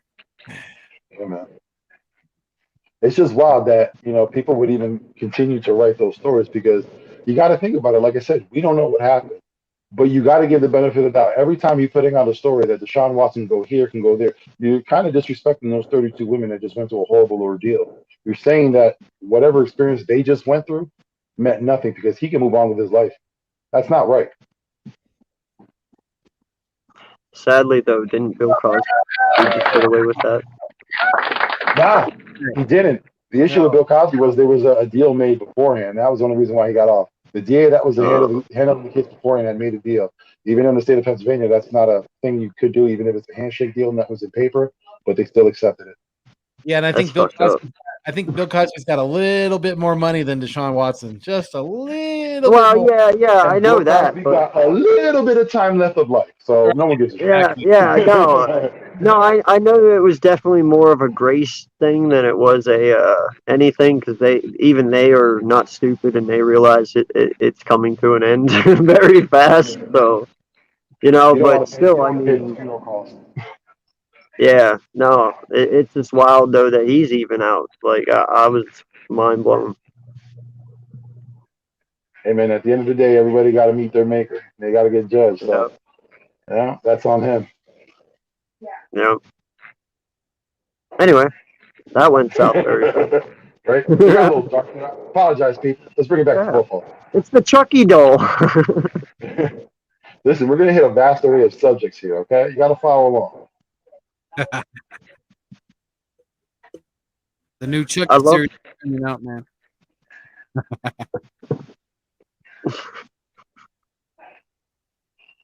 So, fellas, All right, so, what are your thoughts on next week's game? I was just about to ask that. Sorry, he's just really creeping me out with that fucking doll. He wants you I to didn't sleep know this was there. tonight. Keep you up all night. Oh, I'll he be comes playing from behind Madden. and I'll be scares him, playing that Madden would've been 22 hilarious. all night. What? I said if the kid behind would have came behind and scared him, that would have been hilarious. Yeah. That would not have been funny. Hey, you want to? There's no lie, bro. When somebody scares me, I swing. And if I would have hit my kid, I would have been so upset. I would have felt like Will Ferrell in fucking The Campaign. I could use my knife. Give you a nice back rub. Why don't you come on over? Yeah. You're gonna get my channel banned. You Oh, keep you're saying fine. that shit. Come over, AK. We can talk about the Eagles all you want. Come on. I got a beer for you. Is that Slitta? Is that Slitta? Yeah, this is Slitta. Atlanta Falcons suck. I can't believe it. Man, suck. Yeah, your Braves suck too, Slitta. We don't got an O-line. We just suck. Who are we playing next? The Jets, right? Or no? For me, that is way more of a like Beavis and Butthead accent than a Chucky accent. I'll give it all you want, buddy. All you got. Vic, we have the Patriots on Thursday. Oh, that's right. We're going to joint practice. Yeah. Yeah. Yeah, What do we you get think to about see it? what Mac Jones really is for a little bit. You know if Mac Jones lights it up, Bird Gang's gonna be talking hella smack. He ain't lighting it up on our defense. No way. Now, I think Bird Game will be upset if Mac Jones lights it up. I don't think he'll be happy at all. No, he will be because of our bet. He don't want to lose his Miles Sanders card. Yeah. Oh, yeah. So he'll be happy. I get it. Speaking about that, No, I got just mine got too. this. Yeah, I man, got I just got mine mine in the mail. I was excited because I was like, "Oh, sweet, I got mail." It looks Yeah, fancy. shout out to him. We all three got ours actually. I'm getting toasted. I'm getting toasted tonight, guys. Check this out, though. And shout out to Bird Gang 31 for this. You know what I mean? I appreciate it. Definitely. Yeah. I'd show mine, but I left it in the house. Card. Apologize. I didn't get a card in the mail. What's going on? Oh my You gotta God. win, my guy. We don't give cards to stinky ass Atlanta Falcons fans. That's why. Come at me, bro. Come at me. Phil. Come at me, bro. You don't want the smoke. You don't want the smoke. Oh my! Listen. Oh, I didn't even know this. Like, I'm more excited now than I was because I didn't know. He got the Listen, my God, Bird Gang 31. Thank you, man. I appreciate you so much. You don't even know. I did not realize that I was going to get the Quez walk-in. what? Yes. Look at that. Oh, Chris. Okay. Thank you so much. Truly, I appreciate it. And Yo, signed. were you Man. there? Were you there at the live for that night? I went on earlier on, and I think at the game. Like when he did the drawing, were you there? No, no, I didn't Dude, know. it was so funny because I was there, right? He did all the cards and everything. Like, you won yours, Foothills won his, and then I messaged you guys and told you guys, because I believe you guys were live, right? At the time? I think And I we were. messaged, yeah, and I messaged you guys, told you won. And then he got through all of it, and at the end he did a Kayvon Wallace one, and I was like, man, I should win this card. I said, I deserve that card. I said, because I've been behind this kid the whole fucking time. I said, so out of everyone, I deserve it. I said, just give it to me. No lie, he spun the wheel. It fucking stopped on my name. I said it was destined to be. Yeah, it was. So I just got it today too in the mail. So that was cool. Nice. Give it to Oh, me. this is crisp. Give it to me, AK. I want that card. Look Fuck off, at Twitter. Oh, look. Yes, you want to play? Too many Modelo's, Splitta. Too many Modelo's. Yeah, man, this is awesome. Like, I'm shocked because, like I said, it's a college ticket card, and not only that, it's signed by him. That's So awesome. you know, what I mean, again, appreciate it, man. My guy, thank you so Yeah. much. Shout out to Bird Gang 31. Hey, I am only 11 subs. I am only 11 subs away from 200. So, at 200, like I said, I'll be giving away my vintage blanket. So, the one lucky winner. So, definitely, if you have not liked and subscribed yet, please go ahead and do so. 11 away. 1-1. Let's talk about this, man. You know that blanket's coming home with me. We ain't got to advertise it anymore. Come on, my guy. Where's my blanket? No, Hey, It's gonna be. I'm gonna put it in the back when I get everything set up. It'll be soon. That'll be my backdrop. that would be crazy if you want it, though. No lie. But why I love it and why it was hard to get rid of it, but I don't use it, so it's like I'll just use it as that is. It has our first logo ever on it. Like, it's the first one ever, the one we've originally came out with. So you don't ever see it anymore on anything. So Yeah. that's why it means a lot.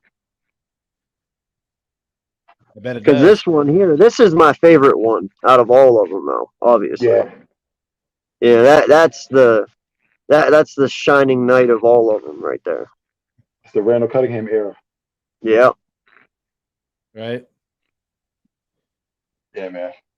Yeah. So, fellas, what are our confidence levels going into Pittsburgh this week? Way higher than what they were going into Pittsburgh.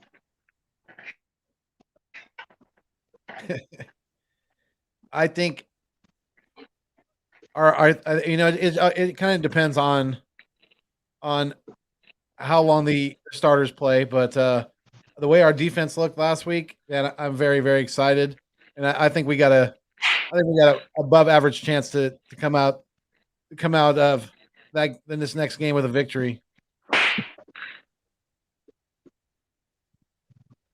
Birdman. We're going to Stinkland Patriots, right? Yeah. Yes, sir. Yep. New England clam chowder. Let's see. Yeah, I think if we give Jalen a full quarter, I think we pull off this dub.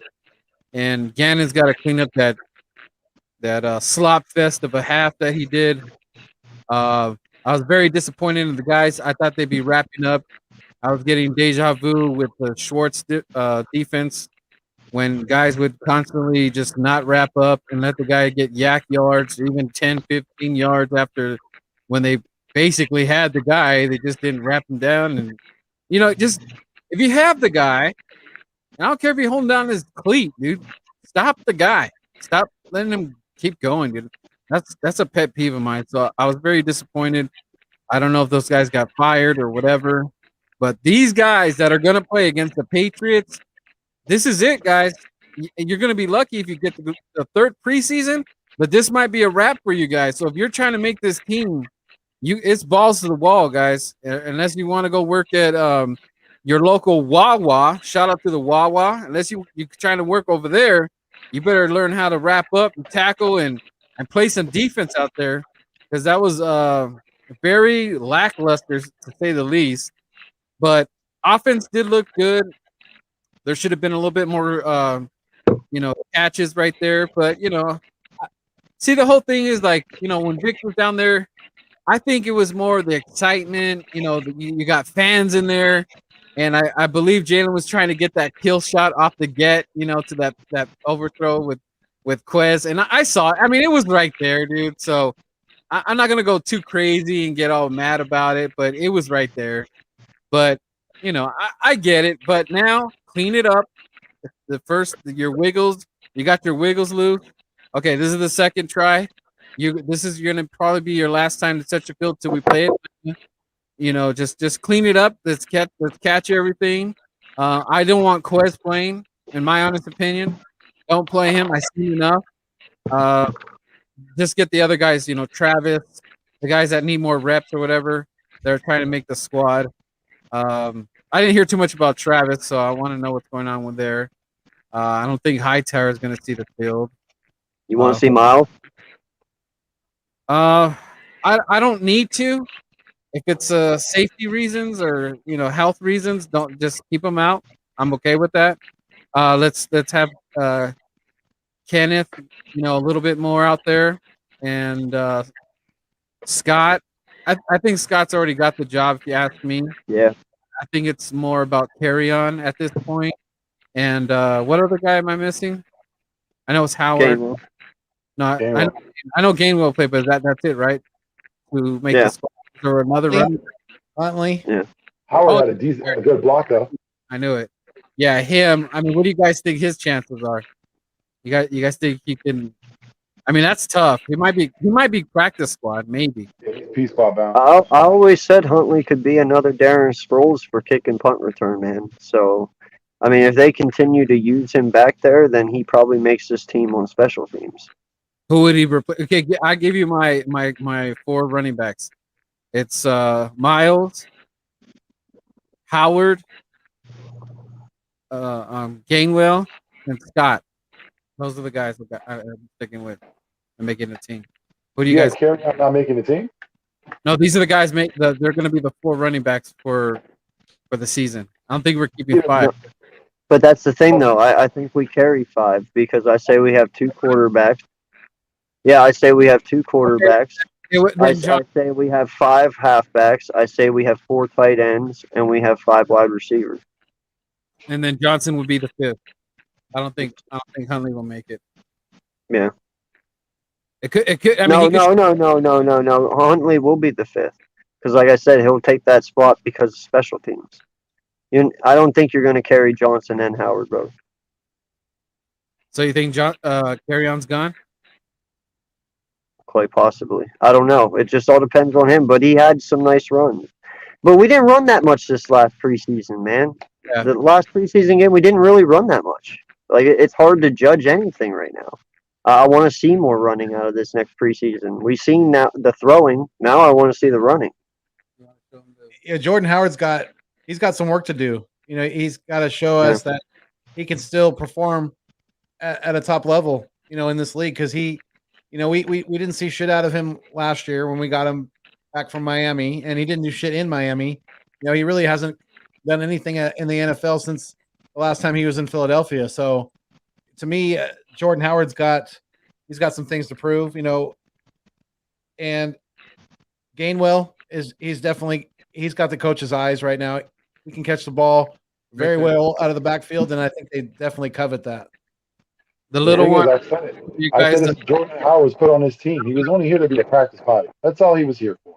I mean, there was no serious intent on having him make this roster. We needed a practice body. He was there. He was familiar with the team. He didn't have to take long.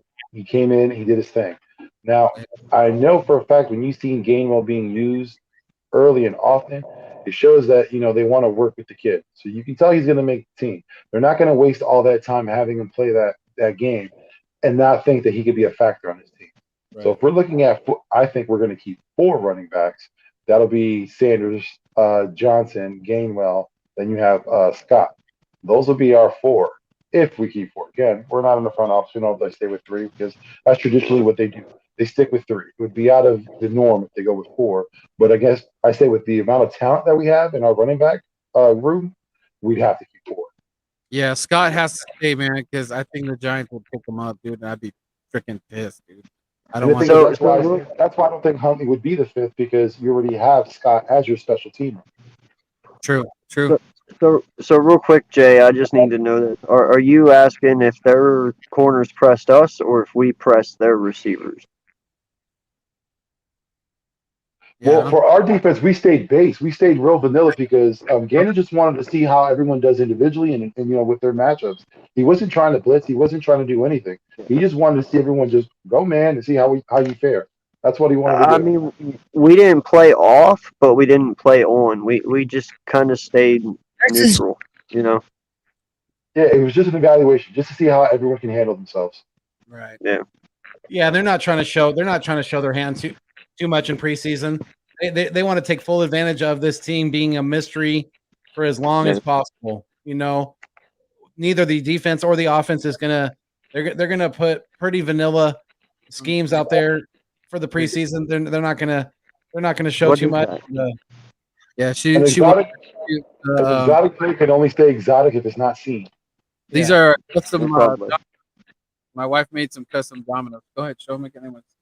Oh, that's cool. Show 'em. They want to see. Drop one. She really wants to show you guys. She's really excited. No, it looked cool, man. It's all right. You show them another one. She's modeling for you guys. All right. That's really cool. It is. I'd hate to play with them though. We I'd have to slam build something and then just let it sit. it. Yeah. Yeah, she does make those. That's a good idea. So, just Don't judging better- off of Thursday night's game, Yeah. who do you think had the best performance? Out of this game coming up, No, at the last game on Pittsburgh. Who did you think had the best performance against Pittsburgh? Quez. like team wise, Just any individual player who had the best performance. yeah, Quez. It's got to be Quez. Milton Williams is definitely a very close second though. I mean, I was very highly impressed with that kid. The tight I end think room T- impressive too. That was impressive. Huh? The tight end room would look very impressive. The whole room. Yeah. The Yeah. the linebacking core, the depth at linebacker. You know, Yeah. I might have to get a Josh Sweat jersey, man. That guy's TJ Edwards looked good out there. He was making plays. He was flying all around. I haven't Yo, got I hope Kayvon plays this week, man. I really want to see this kid play. It would be nice to see him play because again, there's a lot of hype around him. He talks and stuff Yeah. a good game, but we haven't really seen much on the field. And we need to see that. We need to see that before the season starts because we can't go blind with our safeties. We can't. We can't go into Plus, season I need to blind. know if I can get a Kayvon Wallace jersey or not. Because if he don't make this team, I don't want to buy one. Hey, I got burned last year with a Carson Wentz jersey, so I know how it feels. Yeah. Hey, speaking of that, I haven't done it yet, but that idea that you told me, AK, about with the duct tape. Oh yeah. I'm gonna do that, but I'm gonna make it somebody else's jersey because he saw somebody with that put duct tape over the Carson Wentz's one of the ones on each of the numbers to make, and he put duct tape over Wentz and he put Hurts. So he made a number 1 jersey with duct tape and he put Hurts's name over Wentz's name. I'm gonna do something similar, but yeah, it's gonna be pretty cool. Yeah. No, that was, I laughed my ass off when I saw that. I was like, yeah, I kind of get it, because you're tired of wasting money on jerseys. Yeah, I'm gonna just get some of my custom. I'm gonna get some like Birdman jerseys. I might do like a West Coast Birds or something like that. That way they just last a long time. Right? Wonder if I could get an uncensored jersey with instead of a 0, get an uncensored logo. Somebody gotta get. That's a big hatch. No, you gotta get 88. Match your Twitter handle. There it is. Uncensored 88. Yeah, there you go. Yeah. There it is. Yeah, that's and you know what's funny about that? 88 has always followed me in life because that's even the number I wore in high school for football. I mean, Vic can get a number 3. I mean, it's all in line, you know. Yeah, that's what I I'm was trying to do. born in I reordered 88. mine actually. Yeah, like I said, I got burned with that went, so I was like, you know what? I'm not even gonna get a player. I'm just gonna put my name on the back. Yeah, might as well. We know we ain't going Man, anywhere, you'd have triple digits though, there, Birdman. right? You get 951. Yeah. Hey, I know a guy that actually does do the 3 digits. I've seen him. It's a big jersey though, man. 3 numbers. Just say that's like a triple wide. Yeah, I could do it. I could probably do this for the poncho. I actually, let me see. I don't know if you guys can see this, but the back of here, I got it custom stitched. Hold on.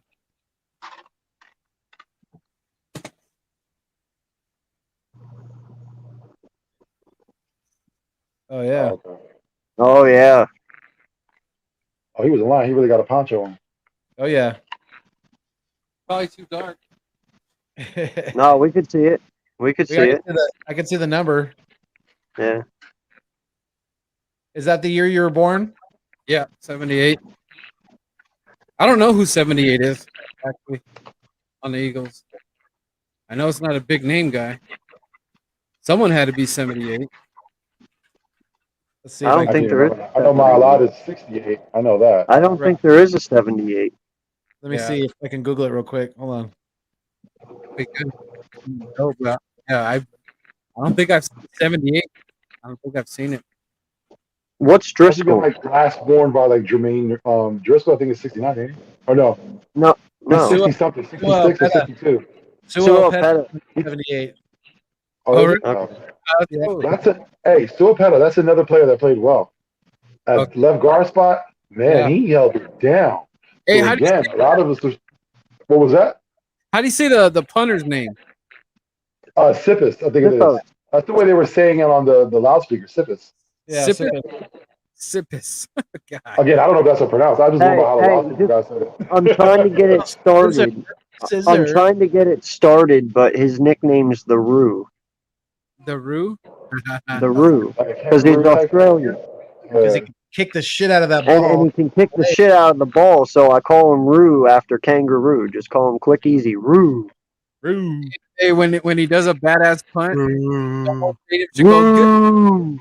And they're not That- gonna tell whether they're booing him or they're ruining him. They should go, good day, Mike. Good day. Good punt, Mike. That's a good punt, Mike. Shrimp and some barbie. That's not a knife. This is a knife. Crikey, Mike. Crocodile Dundee, part 3 coming out. Yeah, that'd be crazy if you wore some like crocodile boots to practice or something. I mean, what if he is the guy? What if he's just like this new breed of punters, dude? That'd be badass, dude. If he just Nah, like, I think if you ever watch Aussie football, man, there's a lot of guys that got legs out there. You know what I mean like it's just everyone out there can boot it 80 yards. It's ridiculous. Like you seen Jordan, watch Jordan Mailata. That's another guy. You think it's a joke, man? That guy's very athletic and talented, but he can kick the shit out of a ball too. hey, and call me crazy, dude. Why can't we just do some crazy ass, like the fridge back in the day?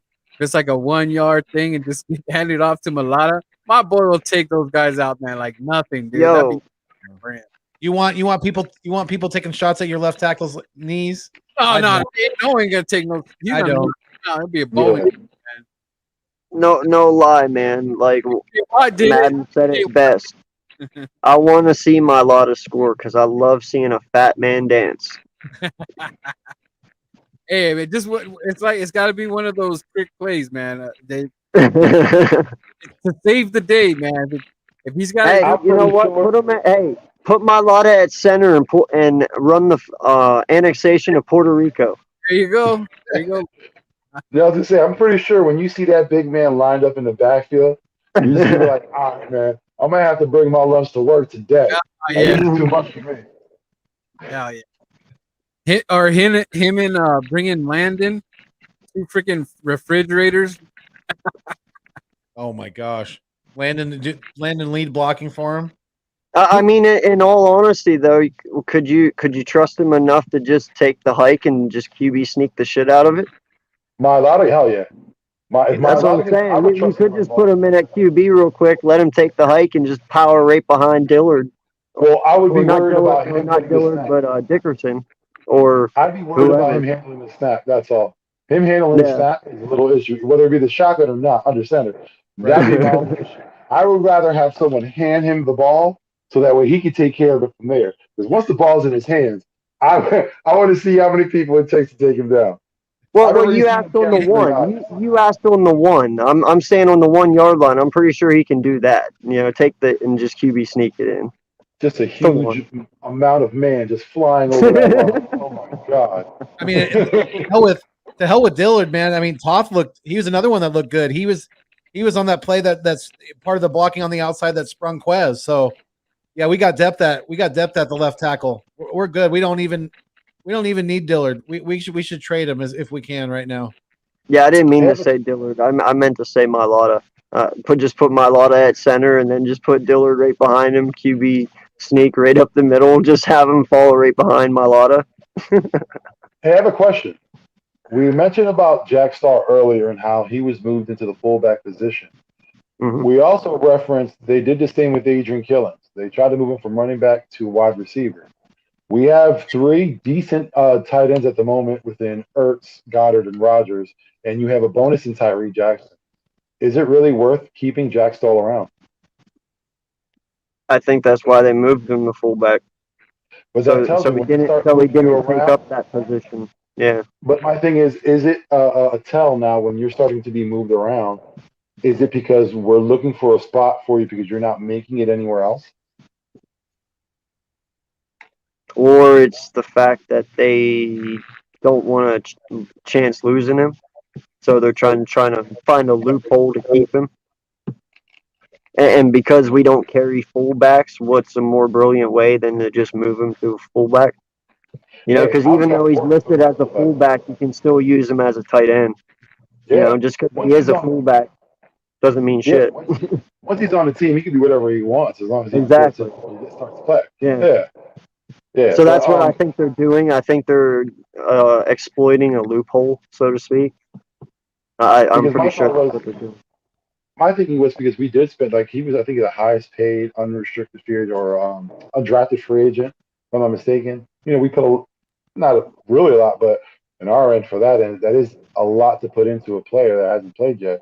And when you see you have all these players ahead of him that are performing well, there really isn't a need for him. So if you have him at fullback, that would be great. We haven't had a fullback since what is it, Owen Schmidt? And that was how long ago? So I would love having a fullback. Hell, I would love for us to go in just a power back. There's an power I formation once. Well, Just to see how we go. I know about Stoll. He's 6'4", 250, so he's a big guy. You could possibly use him as a fullback. I mean, that's a brilliant plan. I mean, he and from what I hear about him, he has really good hands, man. I hear he can beat the hell out of a ball. So I I don't think it'd know. be cool. I'm just thinking it's a way to keep him. Listen, if you got a fullback, then you have a traditional West Coast offense. That's what they're trying to run. Yeah. So hopefully, it'd be great to get that old look. There are a couple of teams that still use fullbacks and they do it well. I know that they're not on the win column; they haven't been performing well. But the Raiders, they're a team that uses fullback pretty Jaworski on the much. 49ers. Yeah, and the guy. Well, and I believe that's what they're trying to do with Stoll. I believe they're actually trying to use him as a Jaworski type player because if you look, he can go out and catch passes as well. They use him a lot in the pass game. I believe that's what they're trying to do with Stoll because you heard Nick say this will be a true West Coast offense. I have a feeling that's what they're doing, and so I wouldn't be amazed if you start seeing this kid be used like that. What do you think, Birdman? I'm going down. Cop Pizzle's going crazy. The Giants are playing right now. And, Wow, the Giants lost to the Jets? Is it over? Or is it still going? Hold on. Yeah. That's who they're playing. That's what LGB just tweeted. LGB just tweeted they lost. The whole team needs to run a fucking lap. 12-7. Get that whole team right out, man. Get them out there running. Suicide. Yo, did you hear that? touchdowns. Yeah. The Giants just lost to the Jets. Listen, I understand it's preseason because that's going to be the excuse. It's preseason. But come on, man. There's That's fucking hilarious. There's a new power team in New York. Yo, imagine what practice is going to be like tomorrow. Oh my God, they're going to be like so sore. I feel sorry for those coaches. Man, they're going to be running. Right? Well, what's the defensive coordinator for New York? I forgot his name. They're going crazy on Cop's page right now. That guy, I think, will end up becoming their coach. Can we live stream that? His show? Are they still on or are they done? No, he's on. He's live right now. Let's put it up. Yeah, you can Bring it up. live stream someone else's live stream. There's no copyright on Go. Bring it up. Let's watch it. Let's make fun of this motherfucker. it. You would have to share it. Is he giving out that's excuses fine. as to why? Or is he accepting it? He's just saying, "Oh, I just wanted to see the O line and all this stuff," and everybody's just saying, "You guys suck." Yo, what's good, Papa Sora? Appreciate you coming in, my guy. Yeah, that organization is just a shit show. Yeah, if you share it to me, man, I'll throw it up.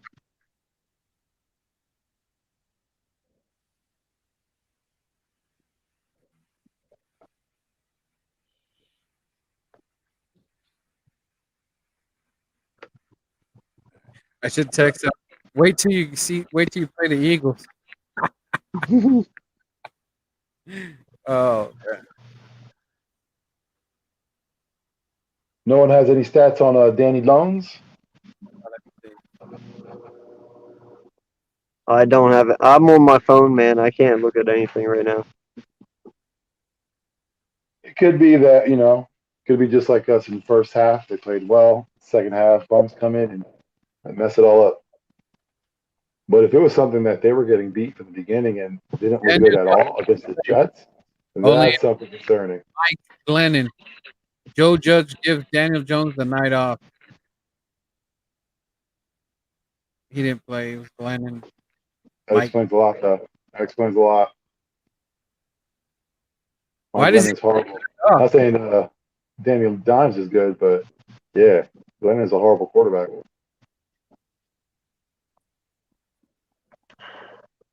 I'm back. Damn internet. Well, Man, what's up with CBS going after the Birds all the time? CBS Sports names the Eagles are as a potential landing spot for star wide receiver Michael. Again, it's just lazy reporting. That's all. Yeah. And Is it's it- only We got those picks. Is that why? that's just part of, like Vic said, lazy reporting. Everyone's just going to keep going back to that.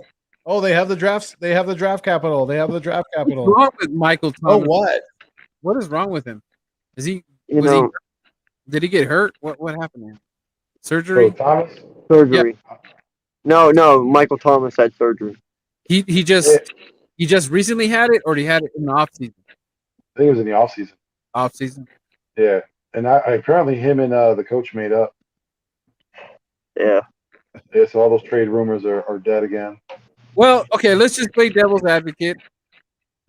What would that mean if Thomas was able to sign with the Birds?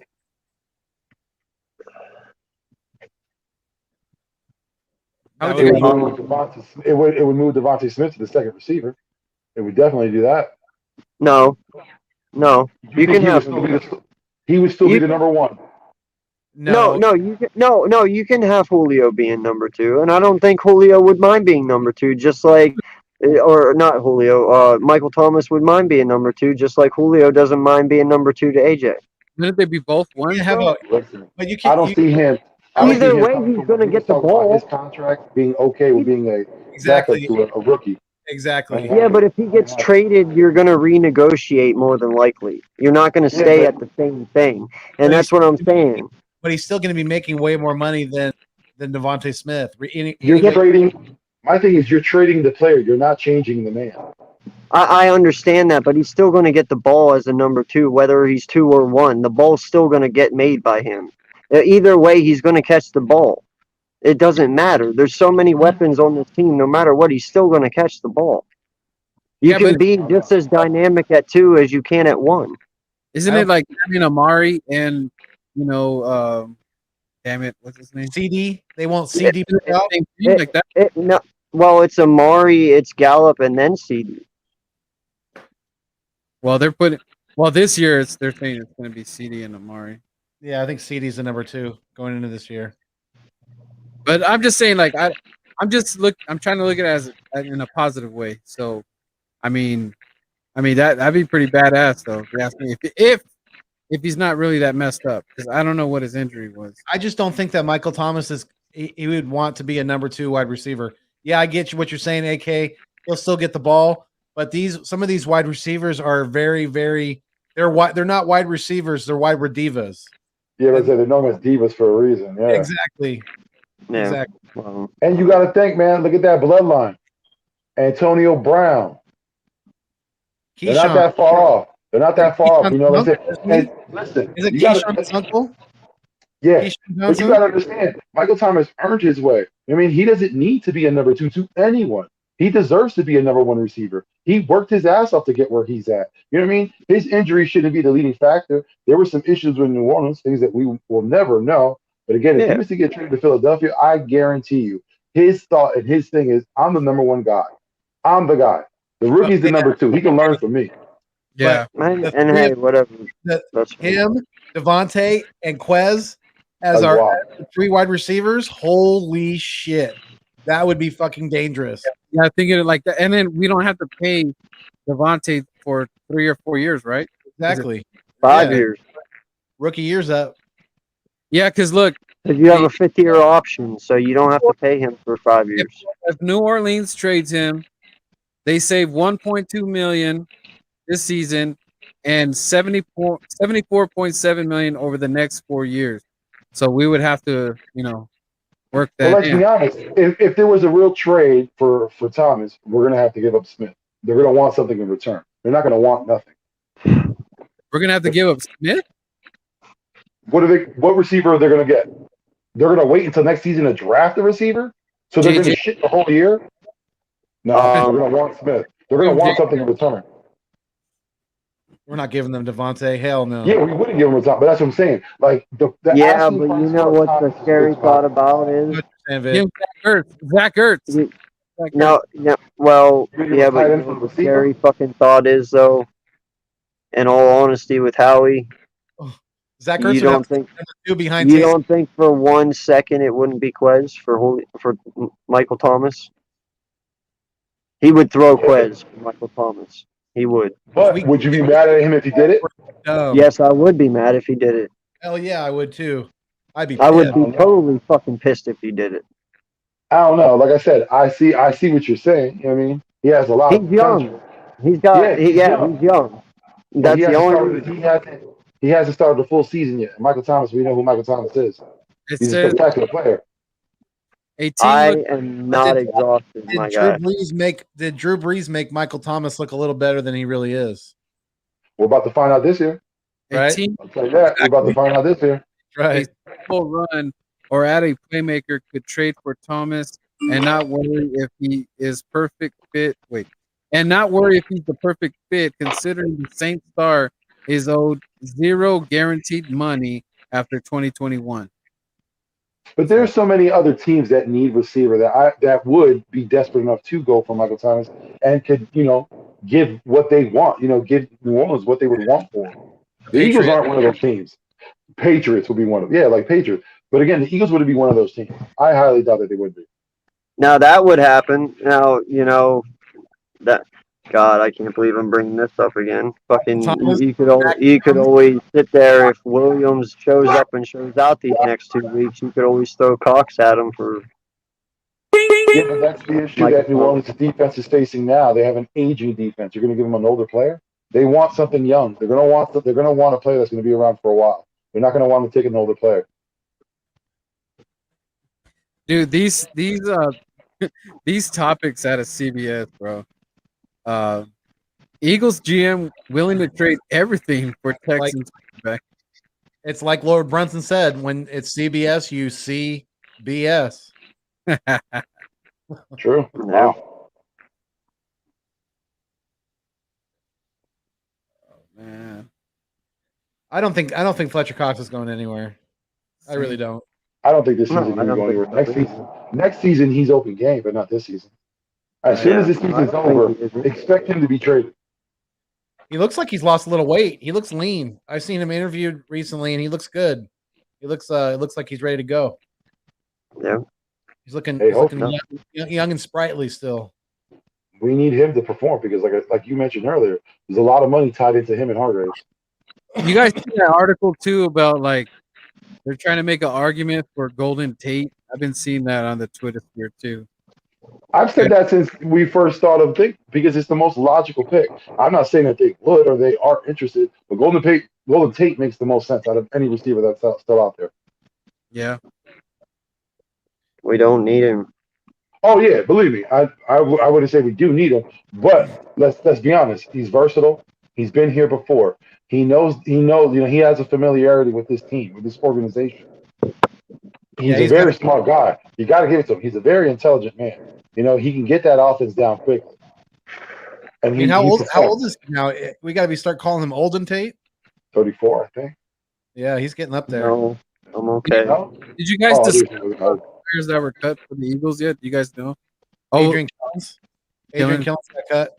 Yeah, shout out to Philly.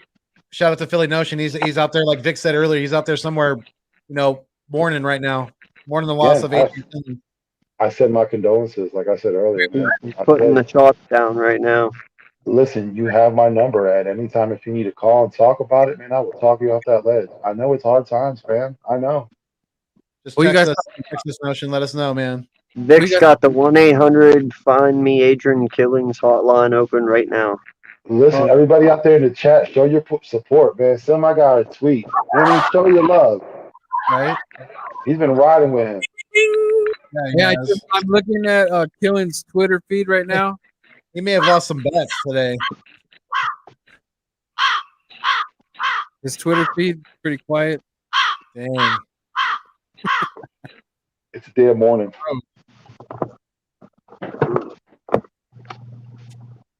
Well, fellas, we're at 2 hours. What else we got to discuss tonight? Right. Everyone's looking beat. Muhammad Ali's grandson is fighting next on ESPN Plus. What? Really? Wow. Is that Layla's kid? Not sure. Could you imagine how much pressure that is? Not only Muhammad, like that aside, your mother, Layla Ali, the best female boxer ever. That alone, that gotta suck. Hell yeah. Man, that's almost like Creed. And then Creed 2 with his son. You got to carry that legacy. That's like what was it? Michael Jordan's son. You know what I mean? When he came into the college, it was like he wasn't recruited. He tried out for the team. He didn't stay long. Do you know how bad that must be? Where everyone's like, "Yeah, you share the same name, but you're nothing like them." The amount of trolling he must get on a daily basis. Well, Shout out Thomas. Chris Sims knows how that feels. He's a prick. If it wasn't for him, Major Applewhite would have had an NFL fucking career. Fuck Chris Sims. Right? Chicago already got their first false start. Jason Peters. Oh my God. Is that who he signed with? He signed with the Bears? Yeah. He just got another Eagles Midwest, I like to call them. He's gonna go back with Deuce and Nick Foles. No, Deuce is in Detroit. That's right. Detroit. Yeah. Did anyone see how they did? I heard it was horrible. Yeah, it was pretty bad. Yeah, I feel bad because I like DFC. He seems like a fun guy. They need to stop trying to bite kneecaps and play football. He's not the answer. They should have brought him in as maybe like an offensive coordinator Yeah. not as a coach. You want a Right. guy like that on your team, on your staff, an upbeat guy. But I don't He know if needs you to want be an him to be the main guy. inspirational, motivational speaker. That's what he needs to do. Like he Do can give the hell out of a speech, man. do TED But, Talks. yeah, Yeah. like I said, he got his team ready to go through walls, but I don't know how well they're going to play. Right. They're gonna run through a wall, but yeah, then they're gonna get their ass kicked. They're probably ESP going to false start. Right. ESP said Nick Sirianni says the DB slowed down Watkins a little bit on the incomplete long pass from Hurts.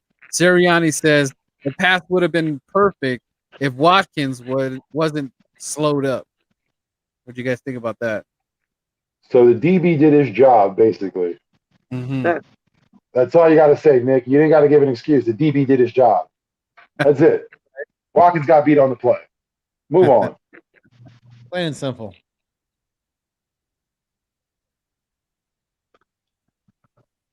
Yo, no lie though, man. Fucking, I love how that Steelers halfback Stevenson, like, dude, he was out to kill somebody. Did you see that shit? Hurdling people, fucking. I was like, Running- bro, it's preseason week 1. Calm down. Like you're gonna kill but- yourself. But he got that hurdle when he was on the sideline. He got taken down hard. He Yeah, trying right? That again. He wasn't trying that again. That was it. But that's what I was saying. I was like, you're gonna hurt yourself, bro. Calm down. Like, damn. Everybody wants to be Saquon. Here they go again, overblowing a rookie quarterback.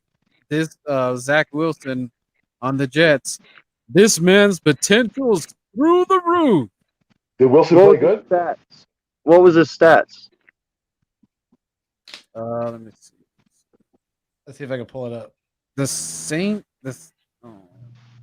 Saints will beat the Ravens. The Ravens now have won. No. The Ravens now have won 18 straight preseason games. Who the hell cares? That's where I think the Ravens won. Let's see. Zach Wilson was. He was 6 of 9 for 63 yards, no touchdowns or interceptions. He played like what, a series or two? That was it. Yeah. I think Yeah. he's 9. So he had 2, 3 and Okay, out. so what amazing thing did he do for 6 for 9 for 63 yards that makes you say a statement like that? I got it. He didn't fumble. He didn't intercept. That's why. Yep. But I mean, did he like break a couple tackles in the pocket or some shit and scramble out and like make an immaculate throw or some shit? Like it had to have been amazing to say something like that, right? No, I think they figured that he was going to get the shit kicked out of him. That line was just going to be obliterated, and they thought it was going to end up worse. And they were just like, "Hey, he made 3 passes." You know what I mean? Who would have thought? It's the fucking Giants. I just can't believe Giants getting torched by the Jets, man. Like I said, I know we lost against Pittsburgh, but that was because our third string quarterback came in and could have got a first down for two quarters. I don't know what happened with New York, but they started off horribly. They started off with was it McCown? What's his name? Big tall red dude. What is it with the gingers? The Gingers. I The can't believe he got Gingers. drafted by Tampa. How did he handle that son? I hope Kyle Trask can turn it around for the Gingers in the NFL, man. I hope you can, bro. Because you know what, Carson and Glennon, it's Glennon, by the way. Glennon, they're not representing the Gingers that well. So hopefully, Kyle Trask, you can represent the Gingers a little better. What about Andy Dalton? Andy Fuck Dalton. that. Oh, the Red Rocket. The Red Rocket. Don't hate on him, man. He had a Right? shit show last year, but hey, he was on Dallas. I don't blame him for that. I blame Dallas. Exactly. Well, What was fellas, Yeah, What was should we it call saying? it a night? what's left on the menu? No, you know what, man? I'm gonna tell you that when we lose preseason games, that's a good thing. Don't worry about it. That's proven wouldn't- too. When we lose, we do better. Unless the team performed horribly, you know what I mean? Like how we're joking on the Giants. Unless their team performed horribly, there's nothing. You can't. Who cares? Now, if it's from the gate, the offense couldn't get things started. The defense couldn't get things started. Everyone looked horrible. You're out of position. You're constantly getting penalties. Then you have something to be worried about. But if none of that happened and Yeah. you still lost the game, you got to take in the fact that they're third stringers and guys who are trying to make this team, doing their best to make this team playing the game. So you're not going to get a great performance out of everyone. We lost basically because our third Well, I string quarterback wouldn't say they're bad. practicing to be, in the next Olympics as a shot putter. That's why we lost. Plain and simple. Yeah, I mean, I He's wouldn't say they're best, my guy. They were Well, my definitely thing is, not doing their best. well, yeah, he tried to give him that. He tried because when you see him throw that ball, he labored to get that ball out of there. Now, what I'm surprised Oh, is that, bro, his face said it all. Like, yeah, like he put everything on it. yeah, like you could. That's why I was asking before. Like, is he injured? If he's injured, then I'm okay with it. You know what I mean? He went in, he tried to go through that injury and play. All right, I got it. But if he wasn't injured and that face was him giving a honest effort in throwing the ball, get him the hell out of here already. Then you He's can't like, have. Yo, no lie though, Jock. You have to realize something. When our first and second team was in, but right at halftime, when halftime started, there was 7 points on the board. We gave up 7, or no, was it 3? Whatever, 7-3. I forget. Anyway, the point is though, we had 253 yards freaking at the shadow half man.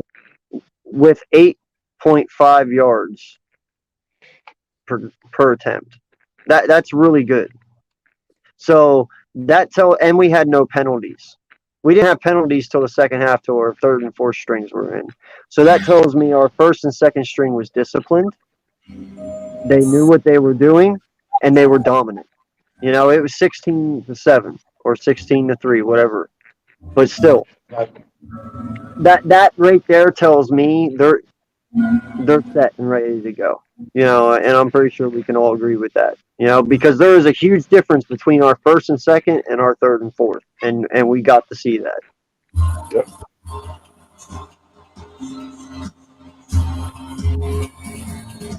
I was gonna say, are we getting shut down? Are we getting shut down with copyright right now? We're playing music.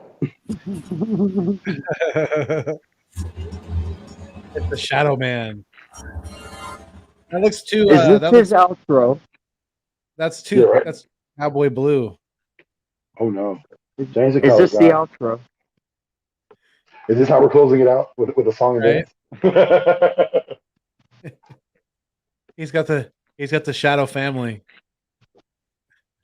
Get ready. He's going to unmute it, and it's going to be, I like big butts and I cannot lie. No, just kidding. Oh my gosh. That'd be funny. I don't know what he's doing. I was say, is he He walking looks slow? like the Undertaker. It's throwing me off because I don't know if that's how the camera really was, or is it really him going that slow? No, it is. And his face is going to light up. Watch. Yeah. Oh! He's got one of those purge masks. Watch just pop up. It's going to be some V for Vendetta shit. Suspense is fucking killing me right now. Right?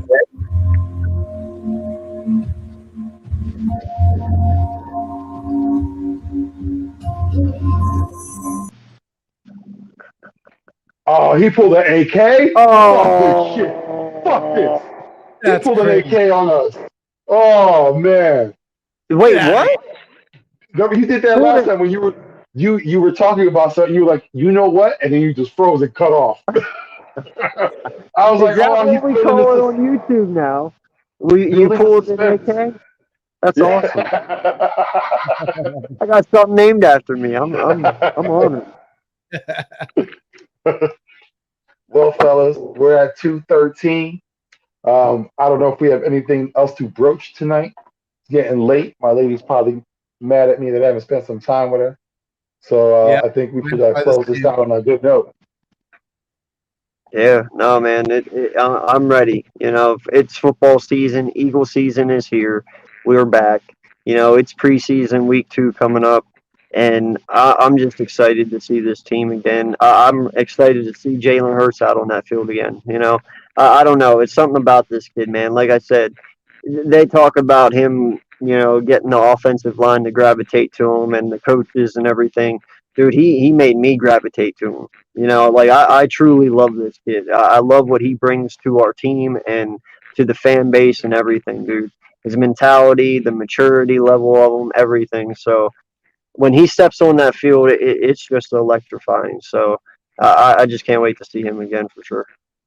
Listen, the same excitement you're feeling for Jalen Hurts is the same excitement I'm feeling for my guy, Quez Watkins. Oh Like I yeah, said, yeah. we've Mhm. seen time out where, we've seen him training in the preseason. He looked like he was getting his mind right. He was getting himself right for the season. Came into training camp and we seen glimpses, and we saw him in that first game, preseason game. He showed out and proved to us that we can be confident in him being our number 2 guy this year. And Yep. hopefully, hey, he can progress to feats that we would have never even imagined for him. And I think that he's the type of player that could do that. Yeah. Agreed, 100%. I'm excited about getting our first. Hopefully we get a dub, but either way, just because it's preseason, I just want to see some good, solid football out there and make come out injury free for the most part. Because I'm always holding my breath this time of year. I'm always nervous, but we've already been kind of bit a little bit by the injury bug, in training camp here and there. But for the most part, it's just nicks, nothing too serious. But I'm looking to see a little more consistent play out of Hurts. Hopefully, they give him a little more time. And I want to see him get a touchdown on the board.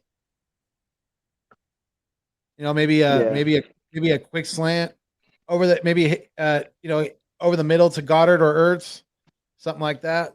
Get some confidence going for the young kid. Yeah, Yeah, no man. doubt. Hey, fellas, I have a quick question. And while everyone's on, you think we should go live for the game this Thursday? I'm going live. You want to Yeah. do an East Meets West Thursday night special? Preseason game 2? Sounds Sounds good. All right. I'm You down. heard it here then. We'll see you all Thursday night then. All right. Well, listen, everyone.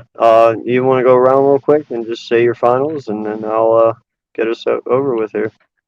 Yeah, man. I'll start it off. Everybody, y'all know me. It's Vic3. Again, you see me in the chats. You can find me on Twitter, Victor Fontanez 1. Vic3, you can look it up that way. And also, you can find me here on the Greatest Eagles Show, Eagles content, East Meets West, baby. Absolutely. Yes, sir. You guys make sure you go check him out on Twitter. He's always putting out good content. Our new co-host Vic3, a great addition to the show. It's been a pleasure to have you so far, sir, and I look forward to the future, just with both of you guys and building this thing and just enjoying our Eagles this year. I think it's going to be a really, really good year. But yeah, I'm excited. I'm down for Thursday. That sounds great. We'll live stream the game definitely, and you guys, if you haven't done so already, come check me out. The Nest out west. I'm out here in California, bleeding green, holding it down for Eagles Nation. So if you watch some content and you like what you see, you're feeling the vibe, please like, share, and subscribe to keep my dreams alive. Because your boy here, Philly Foothills, is going to his very first Eagles game in the link this year. So let's go, baby. EAGLES, Eagles. Fly, Eagles, fly. Hey, you know what? And like I said, I am honored to do this show with you guys. You guys are two good friends of mine, and it's always a privilege talking football with you. I honestly look forward to Saturdays because of this right here. So I appreciate everyone who has came in tonight and joined us and participated, and all the comments, just showing all the love and support. We appreciate it as well. I am AK Eagles. I may fuss, I may cuss, but you can always count on me and my content like the fucking city bus. This has been another great episode of the Eats Me West. And until next time, please hit that like button. Please subscribe. I'm only 11 people away from 200, so appreciate the love and support. Until next time, this is AK Eagles. This has been the East Meets West. Love you guys. Peace out and fly, Eagles, fly. Keep it fuego.